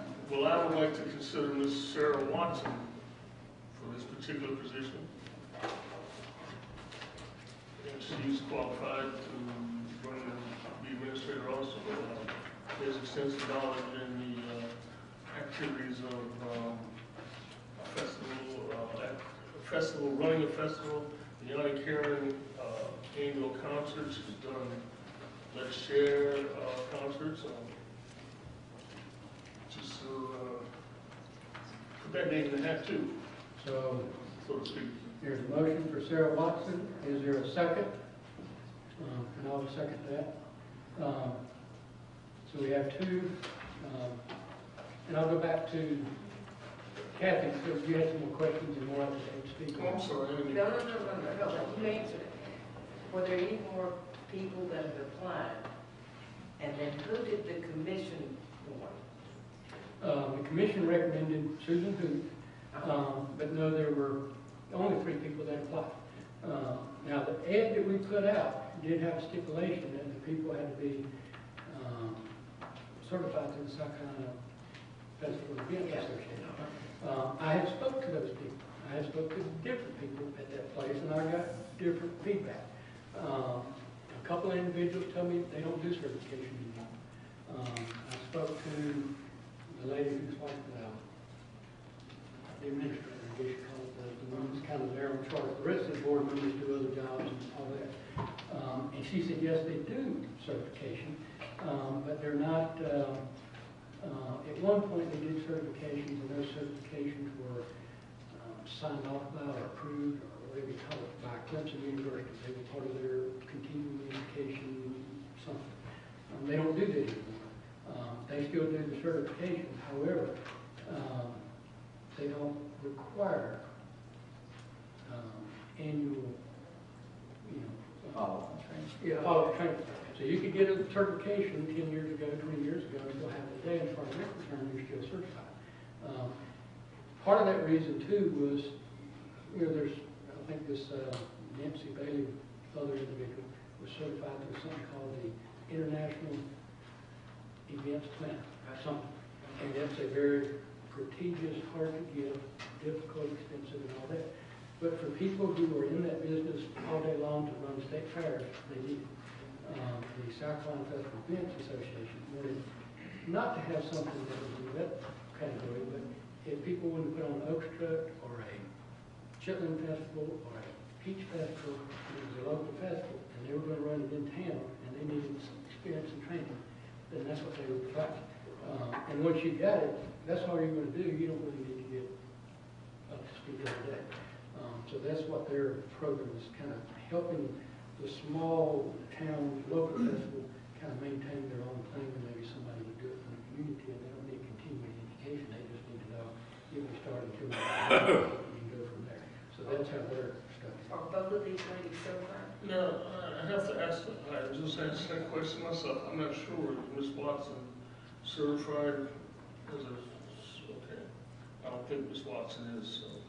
But we as a council can still appoint and hire anybody regardless of certified or not. Yeah, but one of our criteria was to be certified as an Right. festival planner. I guess it is.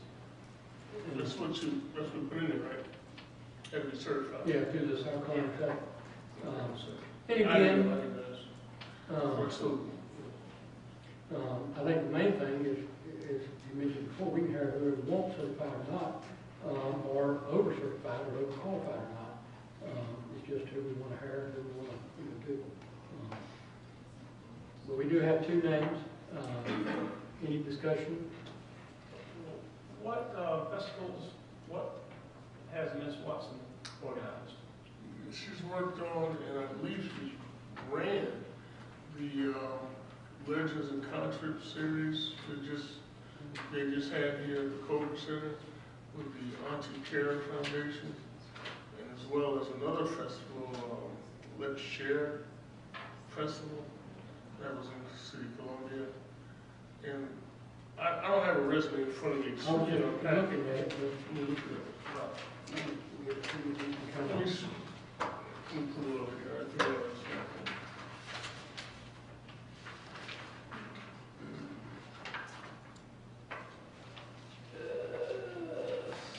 some of that page may tell more. I got it right here. Okay. I got it on my iPad. High tech version. She was, man, give me a second. Well, it has board affiliations that she was on. She was on a planning committee for Prevent Child Abuse. And Yeah. a stage volunteer for Three Rivers Festival, but She was the committee chair for the Let's Share African American Arts Festival and the Sankofa Festival, marketing and development consultant. I'm not sure I know what that is. I know what it is. Come on, you know what the Sankofa Festival is?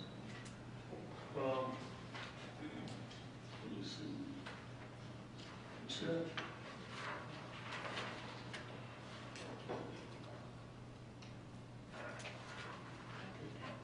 Three Rivers Festival, volunteer on that. Arts Festival to Let's Share. The other one that I can't pronounce. There's a conference.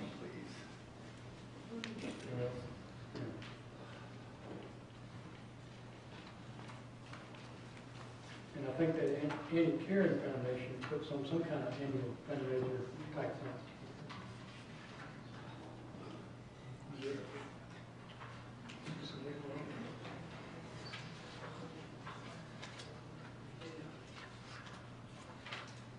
Actually, I got a better job for her.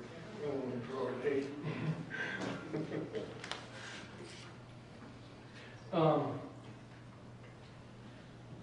So there's a, There's two motions. yeah, so there's a, you want to withdraw your motion? Is that what you're- No. I'm looking at her resume, and I see something on here that's popped out at me that I might have her do something else. I might ask her to do something else. Which would be much better. Oh, well, maybe. But at any rate, I put her name out there because she did send in a resume. And I wanted her to be considered, whether it's a voter or not. But we're getting ready to build this park here, and we need somebody to help run this, so I'm thinking about maybe she'd be interested in working on that for us. I'll arrange for that. Yeah. That background she's got here. So, we ready to vote? And I guess I'll do them in order that they were proposed. All in favor of hiring Susan Hoops as the administrator for $12,000, do so. Wait a minute, I have a question. Excuse me. Sorry to stop you, but did that check that was voided out, was that resolved then? Is that check going to be rewritten to her, to Ms. Hoops? Well, if you do the contract, then the contract stipulated that $2,000 would be paid up front and then $1,000 a month after that. Okay. And frankly, I can't answer your question because I don't know. I don't know whether it's still good, not good. Yeah, but I mean, we still have $1,000 where she didn't get paid. And would that be covered under that $2,000 or not? I mean, I still, unless the Overstruck Commission you know, recalls that invoice, I've still got a valid invoice, in my opinion. Mhm. So we need to do something with the invoice and whether Kirk decides he wants to pull it. I would advise, and I would just say the town attorney needs to look at that and find out, was it authorized by the Orchestra Commission, or was it not, or can they do it without authorization, and then make a determination, and then let y'all know. Then kind of go from there. I would like to know the answer to that. I would just make one comment, is that I would not think that Bob would give us a check to sign if it was unauthorized. We put our faith into Bob to be our administrator, and for him to give us a fake false check would be terribly wrong. Well, I don't know that it would be a fake false check if he's under the belief that it is authorized. My question is it authorized? He can't answer that any more than I can. He can read it, and I can read it, we can both interpret it. That's why I think the Orchestra chairman needs to tell us when it was authorized where, and then let the attorney decide, yes, it is, or no, it isn't. And then do it whatever is appropriate. Where is the check? I think Bob's got it. Oh, she did pass it back up here, yeah. He did. But it's voted, because I didn't want to leave it around with a blank on it, so to speak. So you have a check. I have the voted check, yes. I think it was given back to me what it could, yes. Well, if we had an agenda now. Yeah. Yeah. So, are we ready to vote? All in favor of the Orchestra administrator in the amount of $12,000 for Mrs. Hoots Court reporting, do so by show of hands. So, 1, 2, 3, okay. All opposed? And then, what was that, 3 to 1? 1, 2, 3. All in favor of Sarah Watson for the Orchestra administrator in the amount of $12,000. I'm guessing, I don't know exactly what her price would be. Do so by show of hands, and I'll go ahead and vote yes. 2. So it's 2, and all opposed. We're abstaining. You abstain, you got to vote. Yeah. Well, okay, I vote. So, 2 to 2, okay. And Bob, you get with Kurt and get with Jake and figure that out. Next item on the agenda is the approval to purchase 2 police cruisers from Bobby Jones Ford in the amount of $49,000. Oh, let me, yes.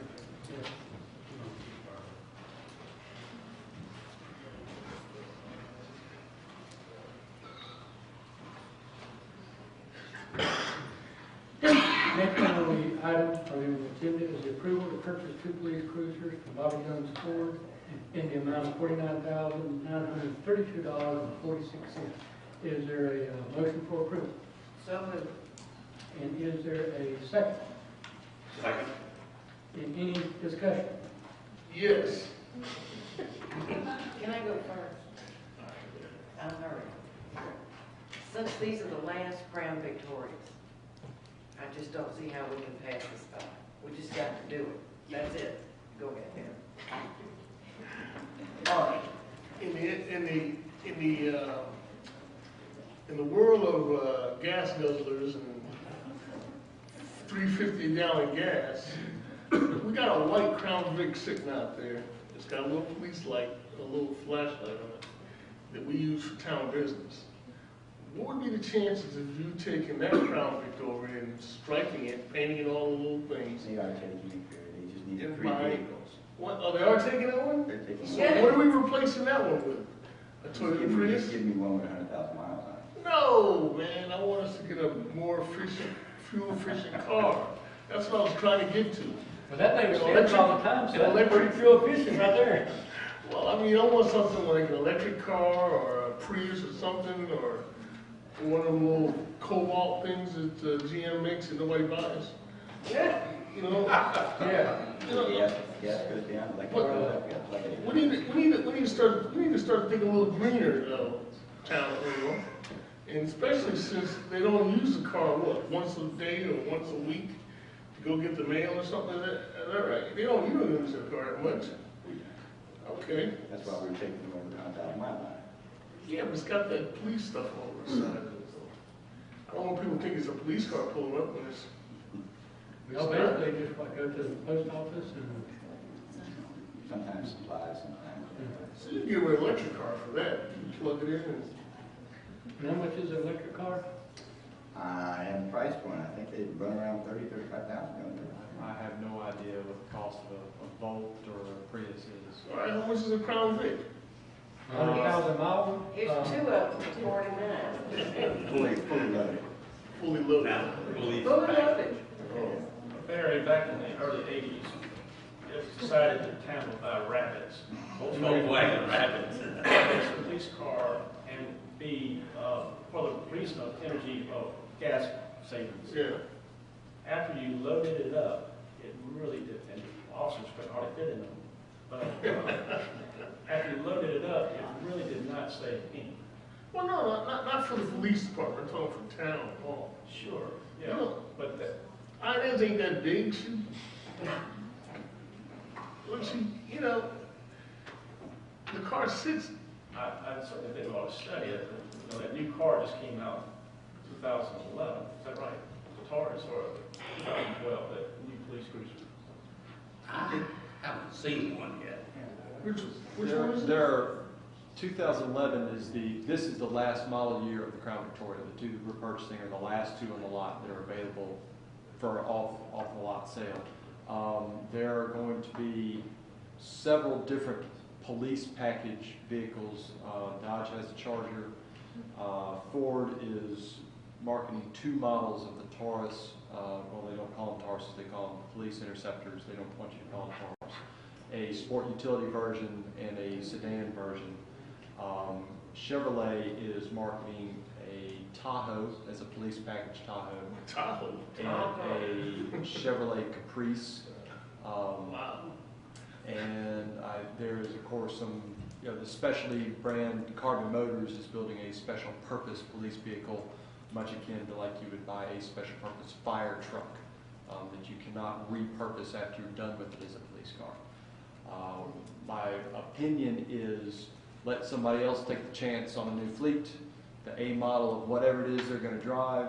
Some of them are front wheel drive, some of them are all wheel drive, some of them are rear wheel drive. And let somebody else figure out what breaks, what lasts, what doesn't last, and then in 2013 we'll figure out where we're going to replace our fleet. Good idea. Well, BMW makes a nice police cruiser. And they're made in South Carolina. I'll be honest with you, Councilman, I'll drive whatever the city council would like to purchase. Okay. The two of them are probably not 49,000 either. The trade-in value, you trade them in after 50,000 miles. It's broken in, I can buy you one. Any other comment? All in favor of the purchase of the two Crown Vics at Bobby Jones for $49,932.46, do so by show of hands. And the last item is the approval of a bond in the amount of $14,750 for two lots in phase 1 of Rose Oak subdivision. We'll start off if I get Mr. Schuler. Would you like to comment on that, please? He is our planning Can I consultant. make a motion over it first? Yeah, is there a motion? Sorry, I don't mean to cut you off. I make a motion to approve these bonds. Second. Okay. Good evening, thank you. So the applicant approached the town. Obviously, this has gone through the planning commission. Phase 2 of Rose Oaks was approved by the planning commission. Preliminary plat was approved by the planning commission last year. The applicant came back and requested that two lots from phase 2, 29 and 30, be separated from the phase 2 preliminary plat and be given bonded plat approval. That's critical because it's only at the bonded plat or the final plat stage, whichever approach the applicant takes, the lots can be transferred and building permits can be issued. So for these two lots to go forward for development, and they need to receive bonded plat approval in this situation. We advised the applicant that to seek bonded plat approval, he has to go through the process, obviously.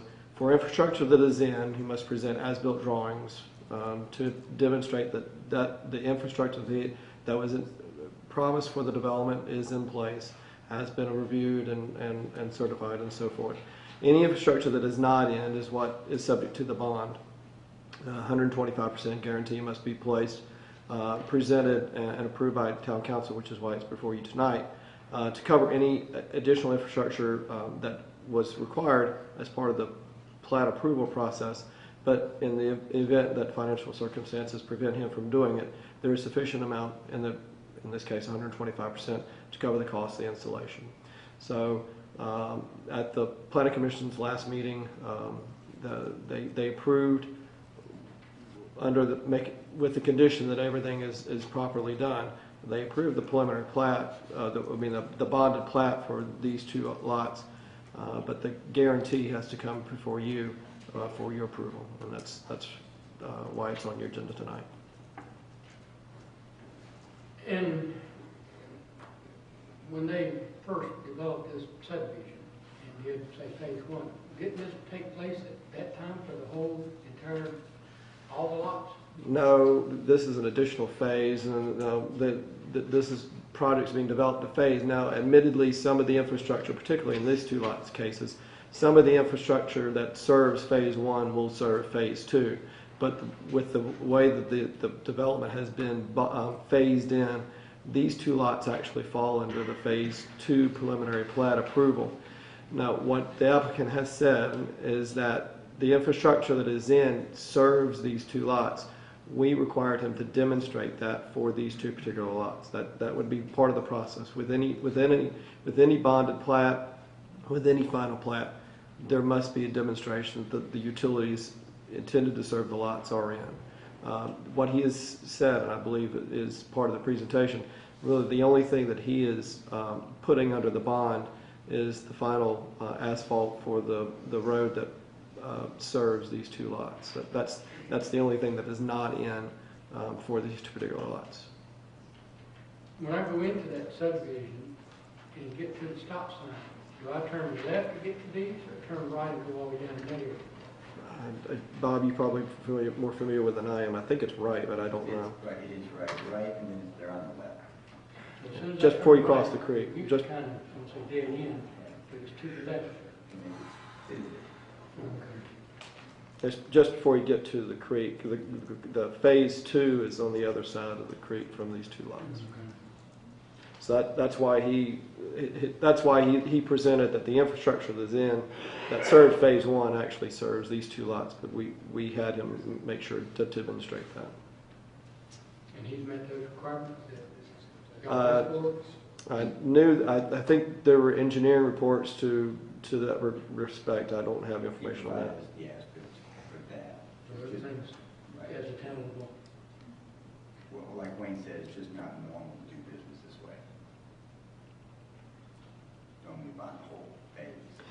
Yeah, I thank you. I should say, usually you don't, in this case, since he presented a phase two preliminary plat that's more than just these two lots, this is uncommon to separate two lots out of a larger number of lots that are covered under a preliminary plat for bonding or final plat purposes. He's not building those other properties yet, right? I'm sorry? He's not building those other properties yet. No, he cannot do that.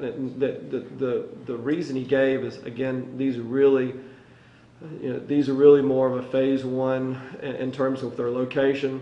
But again, to be able to transfer title to these, essentially to sell them and have them developed, they have to, that cannot occur until at least a bonded plat is approved or a final plat with all infrastructure in. Those activities cannot occur under a preliminary plat. Who's the developer now? The person we do talk to is John Moore. I don't. Okay. Crown professional. Okay. So if I'm understanding, when you move into that subdivision, and you go down that first road, It's all phase one. all phase one, and when you get to the dead end and you turn left, that was all phase one. Yes. And everything to the right was phase one. These were just kind of, I don't say left out, but they were just not included in phase one. want to know they were included in his plan that he submitted to council for approval for phase 2. Oh, okay, so they're included in phase 2. Correct. But I was going to take them out of phase 2 and put them in phase 1, and, okay. That's correct. Mr. Schubler, are you standing behind about the planning commission is recommending approval if the as-bills are provided along with a cash bond? That's what you're supposing?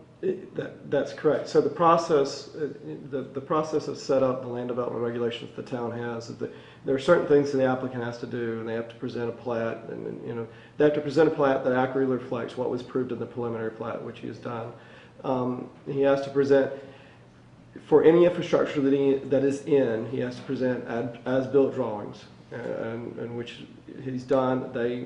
My understanding is they have those. That infrastructure has been reviewed by all appropriate engineers, and I don't know what the status of that is. I don't know what the results of that is, but that has been pursued. Any infrastructure that is not in, he has to provide a detailed list or detailed schedule of what is yet to be done, and provide a guarantee of up to 125%, which I think is part of your package as well.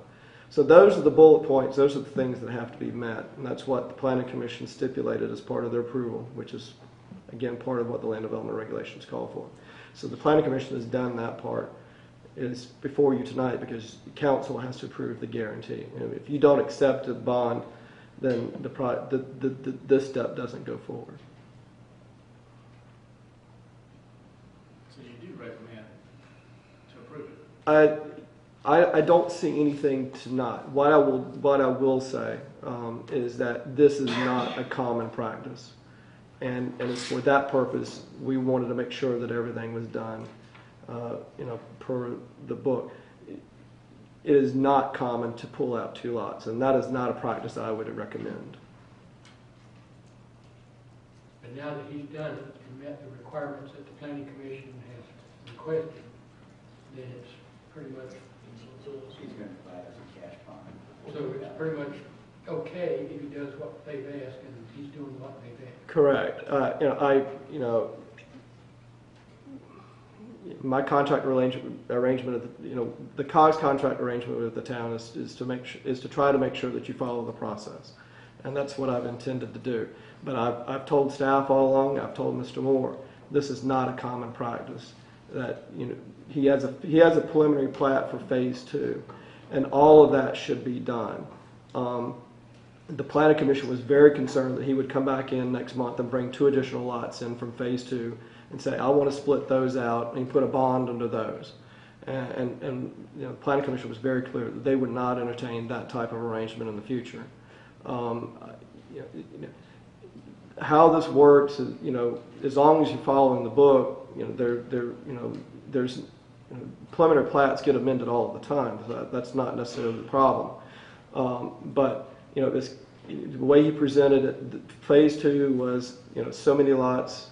This was how it was going to be done, and now to come back in and say, well, I need these 2 lots pulled out and put under a bond.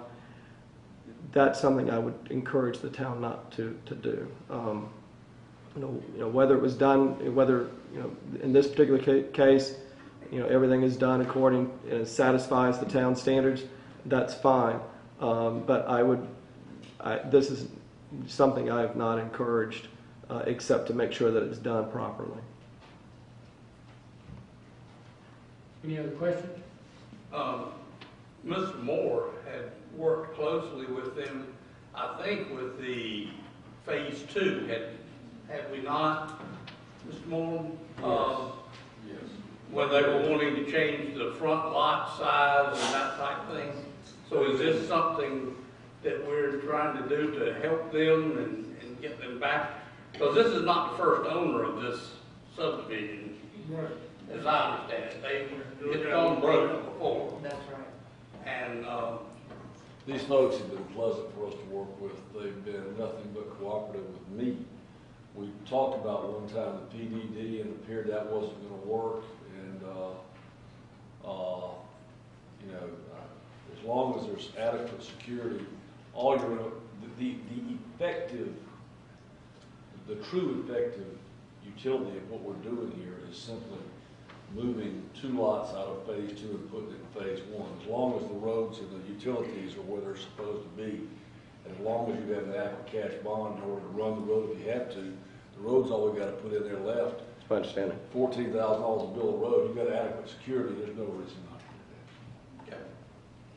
do that. And especially, I mean, these guys are building, and they're building pretty nice stuff, and, you know, try to cooperate with the business as much as you can. Yeah. Y'all ready to vote?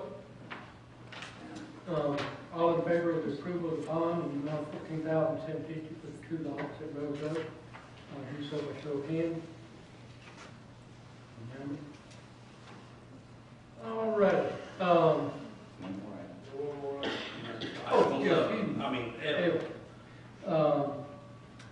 The amended item, and I'll let either Paul restate that or Kim restate that.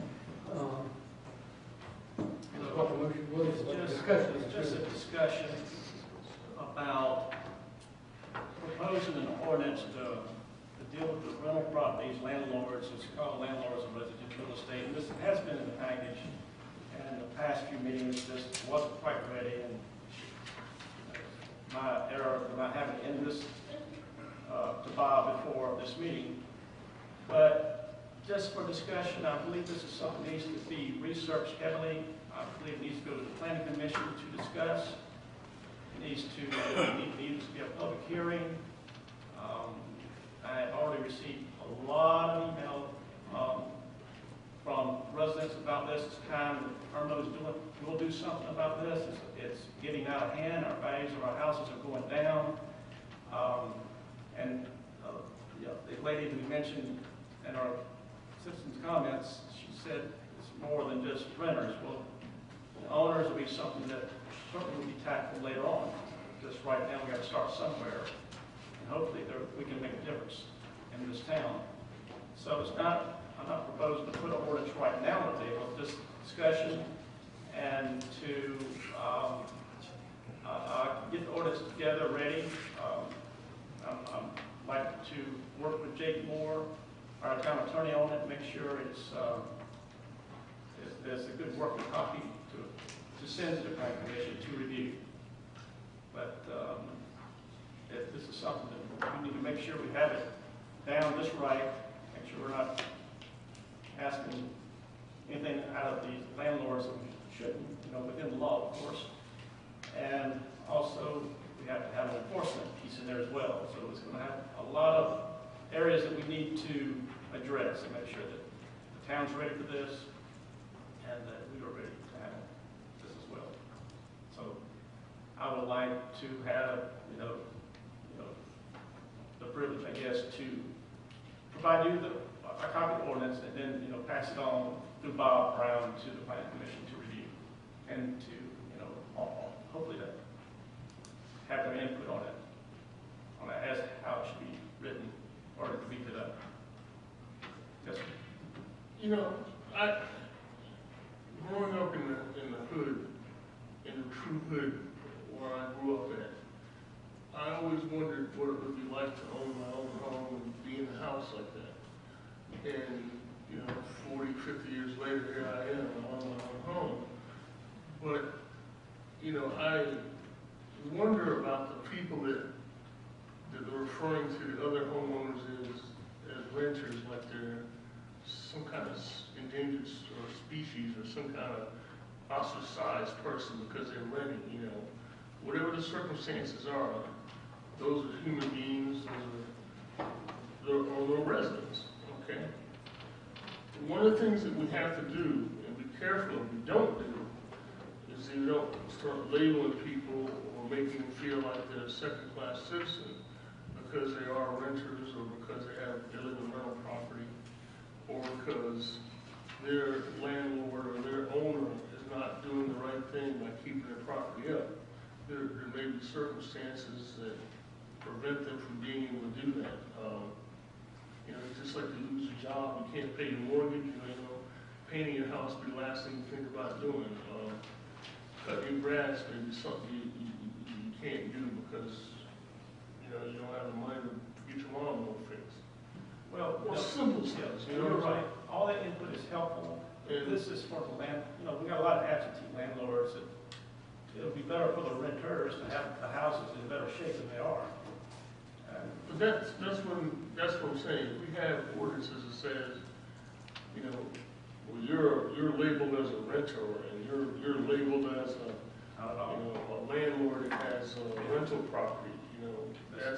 I don't want to ostracize or make people feel like they're second-class citizens because they own a rental property or because they're renting and not owning that particular home they live in.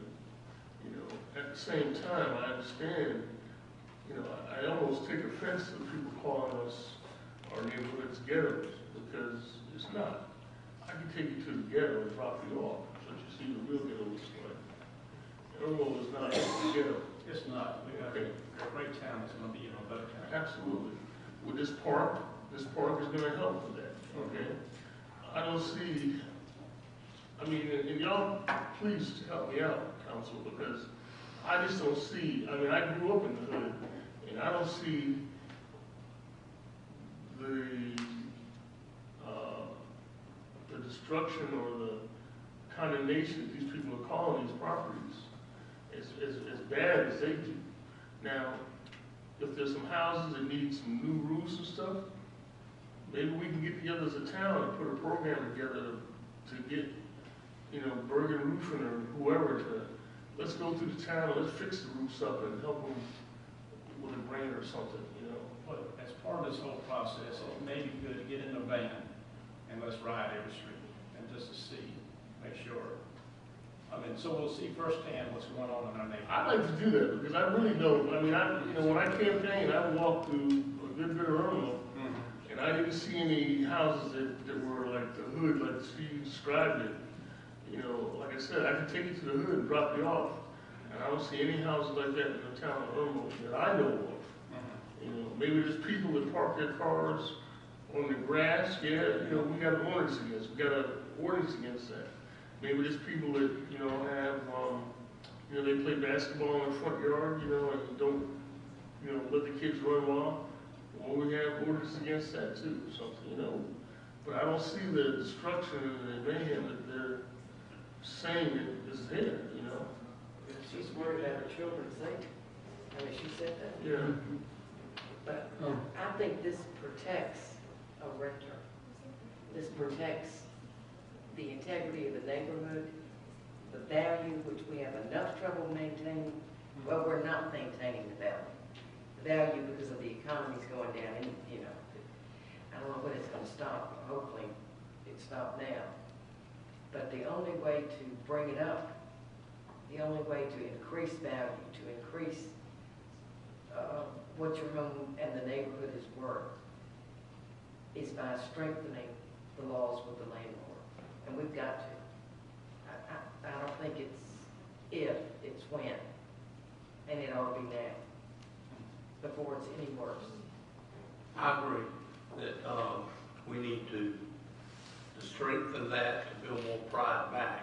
But like you said, a lot of this is being governed by the economy. We can't take the blame for all of it. No. But we have the ability to come up with solutions that will hopefully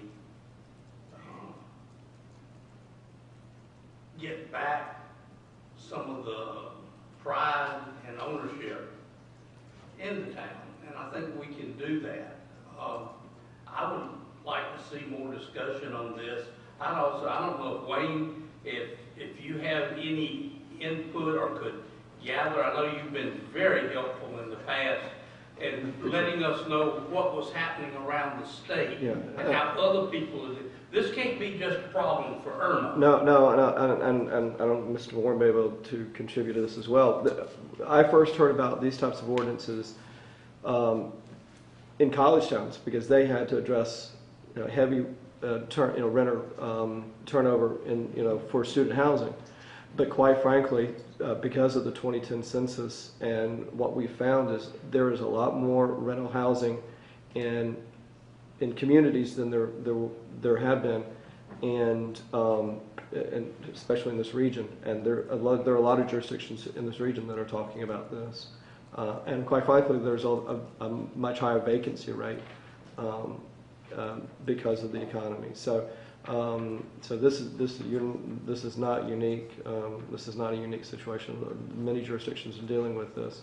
And as Councilman Younger pointed out, really it's to identify what that rental housing stock is, so that you can monitor it, and the fee would help cover the cost for that code enforcement. So it's a It doesn't. I want to say Greenwood and Clinton and some places like that. I think maybe Greenwood County and the town of I don't know if it's Clinton, Orange, or somewhere in there.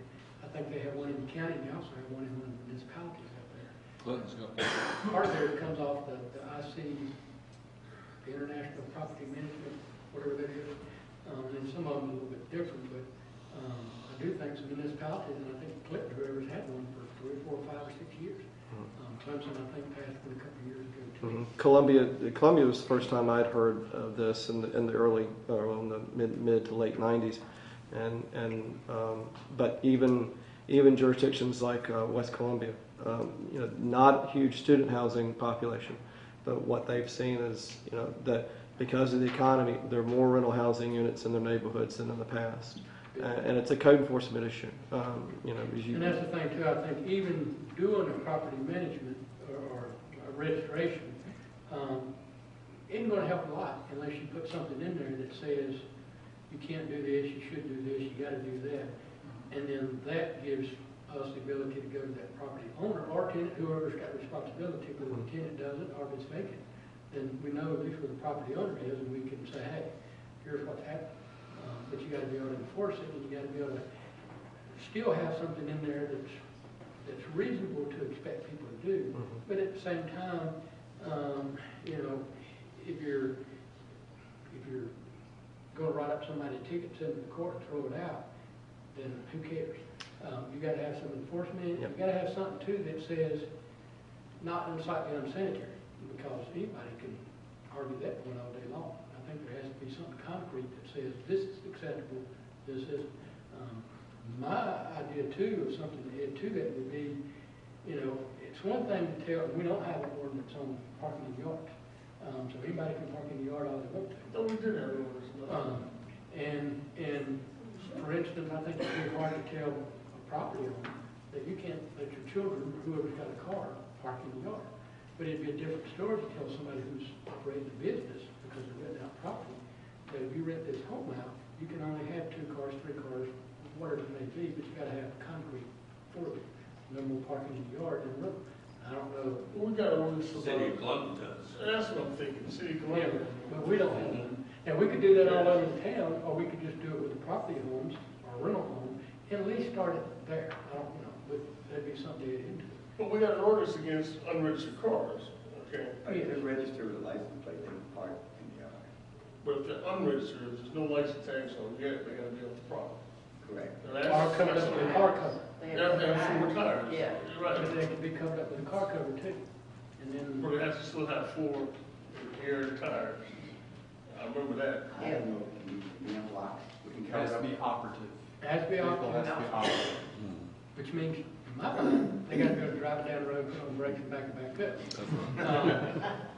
But, Road brakes and but how we gonna, We put in there 4 tires. Yeah. well, they have to be 4 inflated tires. Yeah. But I think we too said if it was out of view, then it doesn't matter.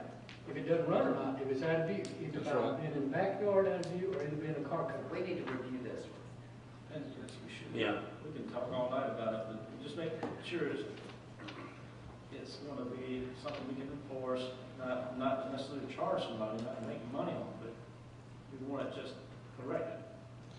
Just remember, we talked with Bob, and Bob did a study at my request.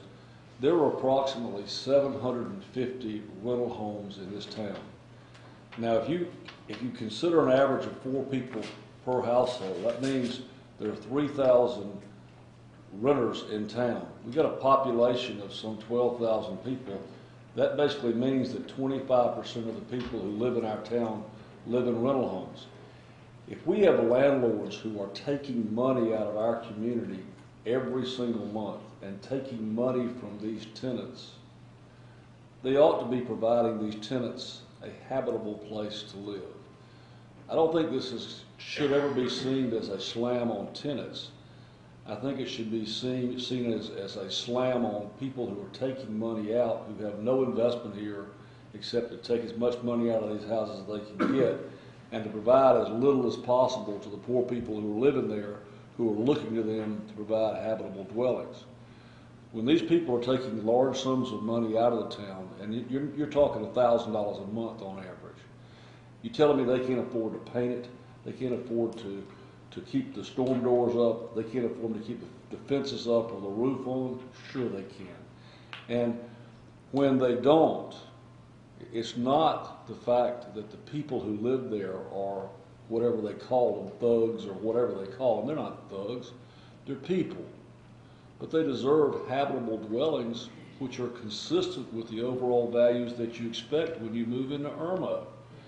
And you folks have the authority with a well-written statute to basically come in and say, okay, we love landlords, we love renters, but by golly, Mr. Landlord, if you're taking money out of our community, you're going to at least give the people who live there a habitable, decent place to call home. And there's nothing wrong with it. And the problem is we have so many people who are in the business of buying these houses cheap, putting as little as they can into them and taking huge amounts of rental out of them, and they call them slumlords. You know, we don't need slumlords here. We need landlords here, and we need good, solid citizens here. And if the homes are nice, the people are going to keep them up. And I think that I would commend everybody who's talking about. I think everybody agrees that we need to be heading in this direction. If Bob, if you could put it on the agenda next week, next council meeting, I'll have something available and ready for first reading, and we can send it in public hearings and whatever. But I'd love to help write an ordinance like this.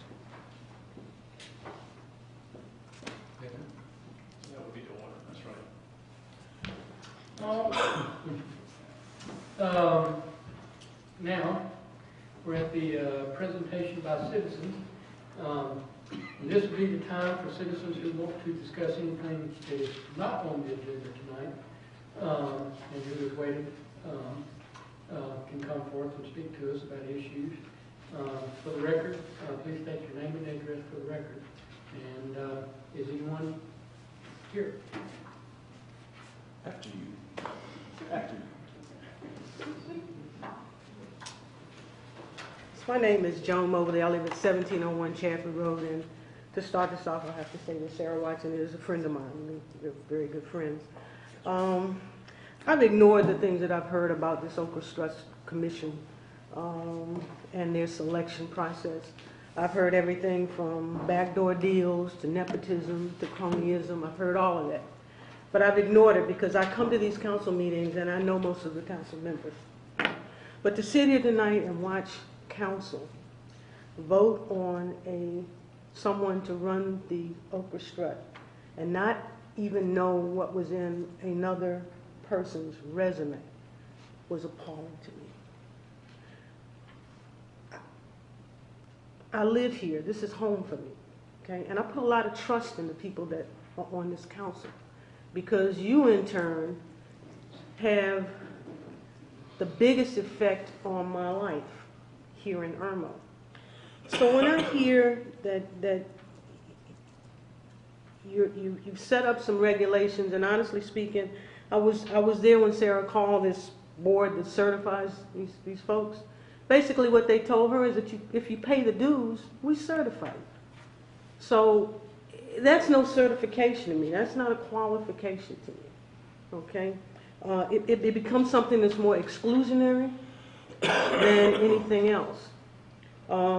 Again, without reading her resume, Sarah has 20 years of running festivals that are always in the black. They've never lost money. They always have made money. Large festivals in the town of City of Columbia and Finley Park, which were week-long festivals.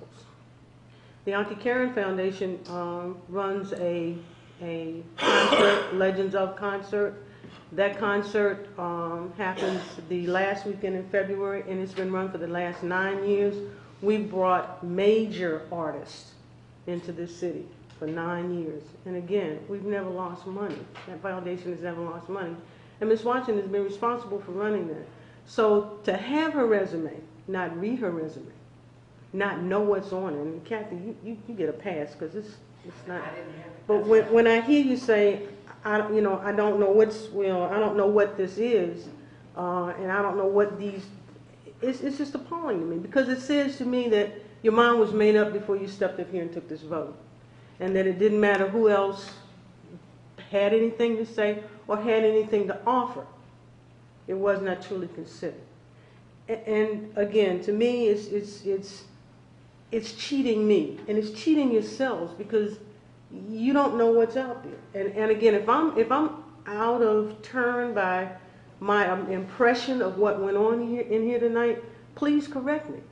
But it just appears to me, nobody read it, nobody knew what the qualifications are, but you were ready to vote. And again, I think that's unfair to me as a citizen and to you as a council. Thank you. Anyone else? One person. I'm here tonight as a citizen right now on behalf of the Arbor Day Committee. Jake Moore, 335 Wimber Point Road, Columbia. I'm not a citizen of the town of Irmo. I wish I was. We have had some exciting news in the last couple of weeks with the development of our Veterans Park. We might need your help. As you know, back in December, the Arbor Day Committee was given a three-acre tract of land in the Palmetto Woods subdivision area. And we have since spent a decent amount of money to clear out the underbrush. Whit has thrown out some ryegrass. We've turned the mud green. We've got the underbrush covered. We've got a commitment from a private citizen who gave us the land to raise $40,000 for the new gazebo. And we were in the process of trying to raise money to plant the trees, which we have already. We've given the citizens of the subdivision down there permission to put their subdivision sign up. It looks great. It's brick. It's brick and wrought iron. It's beautiful. It's going to be lit and well landscaped. I got a call from Senator Jake Knotts, who is a very dear friend of mine, about 3 weeks ago, and he indicated that there might be a way for us to get a significant grant from PRT. With Senator Knotts' help, Whit and I basically talked to the folks at PRT, and we have been unofficially advised that a grant request in the amount of approximately $50,000 has been approved for the new Veterans Park, which will be enough to pay for our walking and exercise trail and some other amenities for the park. So we've got the gazebo committed for. The folks at the subdivision have already put in the subdivision sign. And we think PRT is going to give us a walking trail grant. They will give up to $50,000. I asked for $50,000, and Jakey tells me they're giving us $50,000.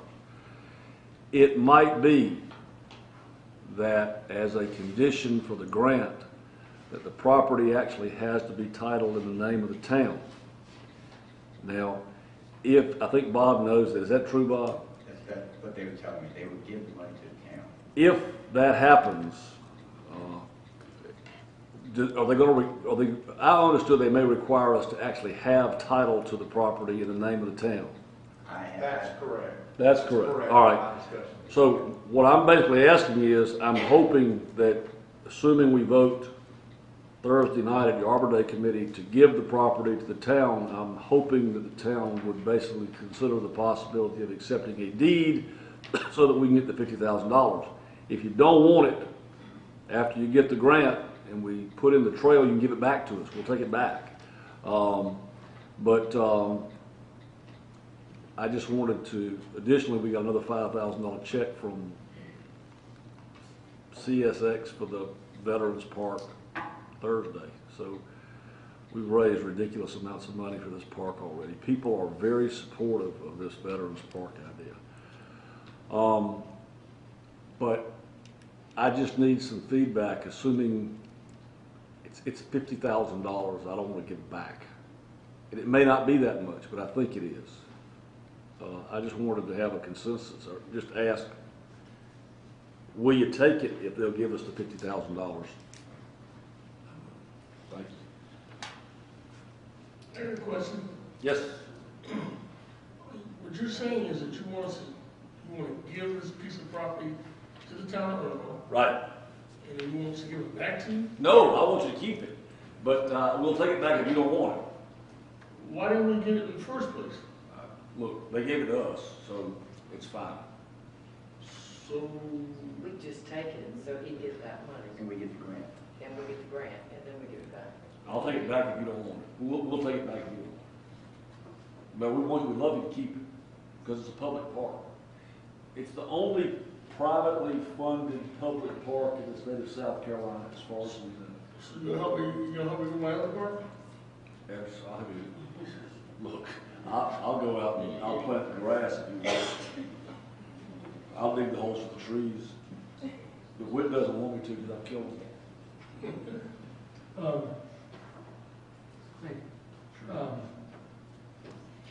Executive session. Now, we have one item or two items on the We should have personal issue, we should have contractual issue. What about the step plan from Wicked That's personal, that's all it is. Oh, that's, okay, so that's what's on here. Yes. I thought that was different to town code. This is, okay. So we have a executive session request to go over the personnel salaries on the step plan. Correct. Okay. And then also, that's it? If Mr. Moore's had a chance to look at that paperwork, we can get to the bottom of this contractual. Okay. So is there a motion for executive session to discuss the personnel salaries under the step plan that we may switch to, and then also the contractual matter? So moved. Is there a second? We will enter to executive session to discuss these two items. One of them, for people that may have not been here earlier, under our budget workshop, we're trying to look at a different way of doing, we'll call it merit raises or cost of living raises with future employee salaries, and whether to change it to a different format. Because some of those salaries are under a dollar amount, they're private. Anything over a certain dollar amount, it's not private. These are under. So we'll discuss whether we're going to do it that way or do it another way, and then we'll get back out.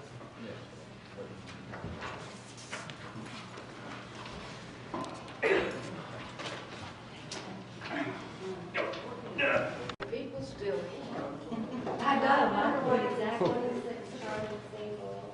Some of us are paying to be here. Oh, well, there's that. You're right.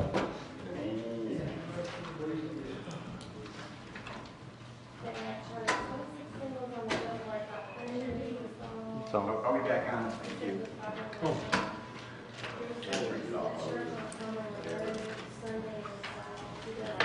Are we back on TV? Yes, you are. Smile. We're missing somebody. Oh.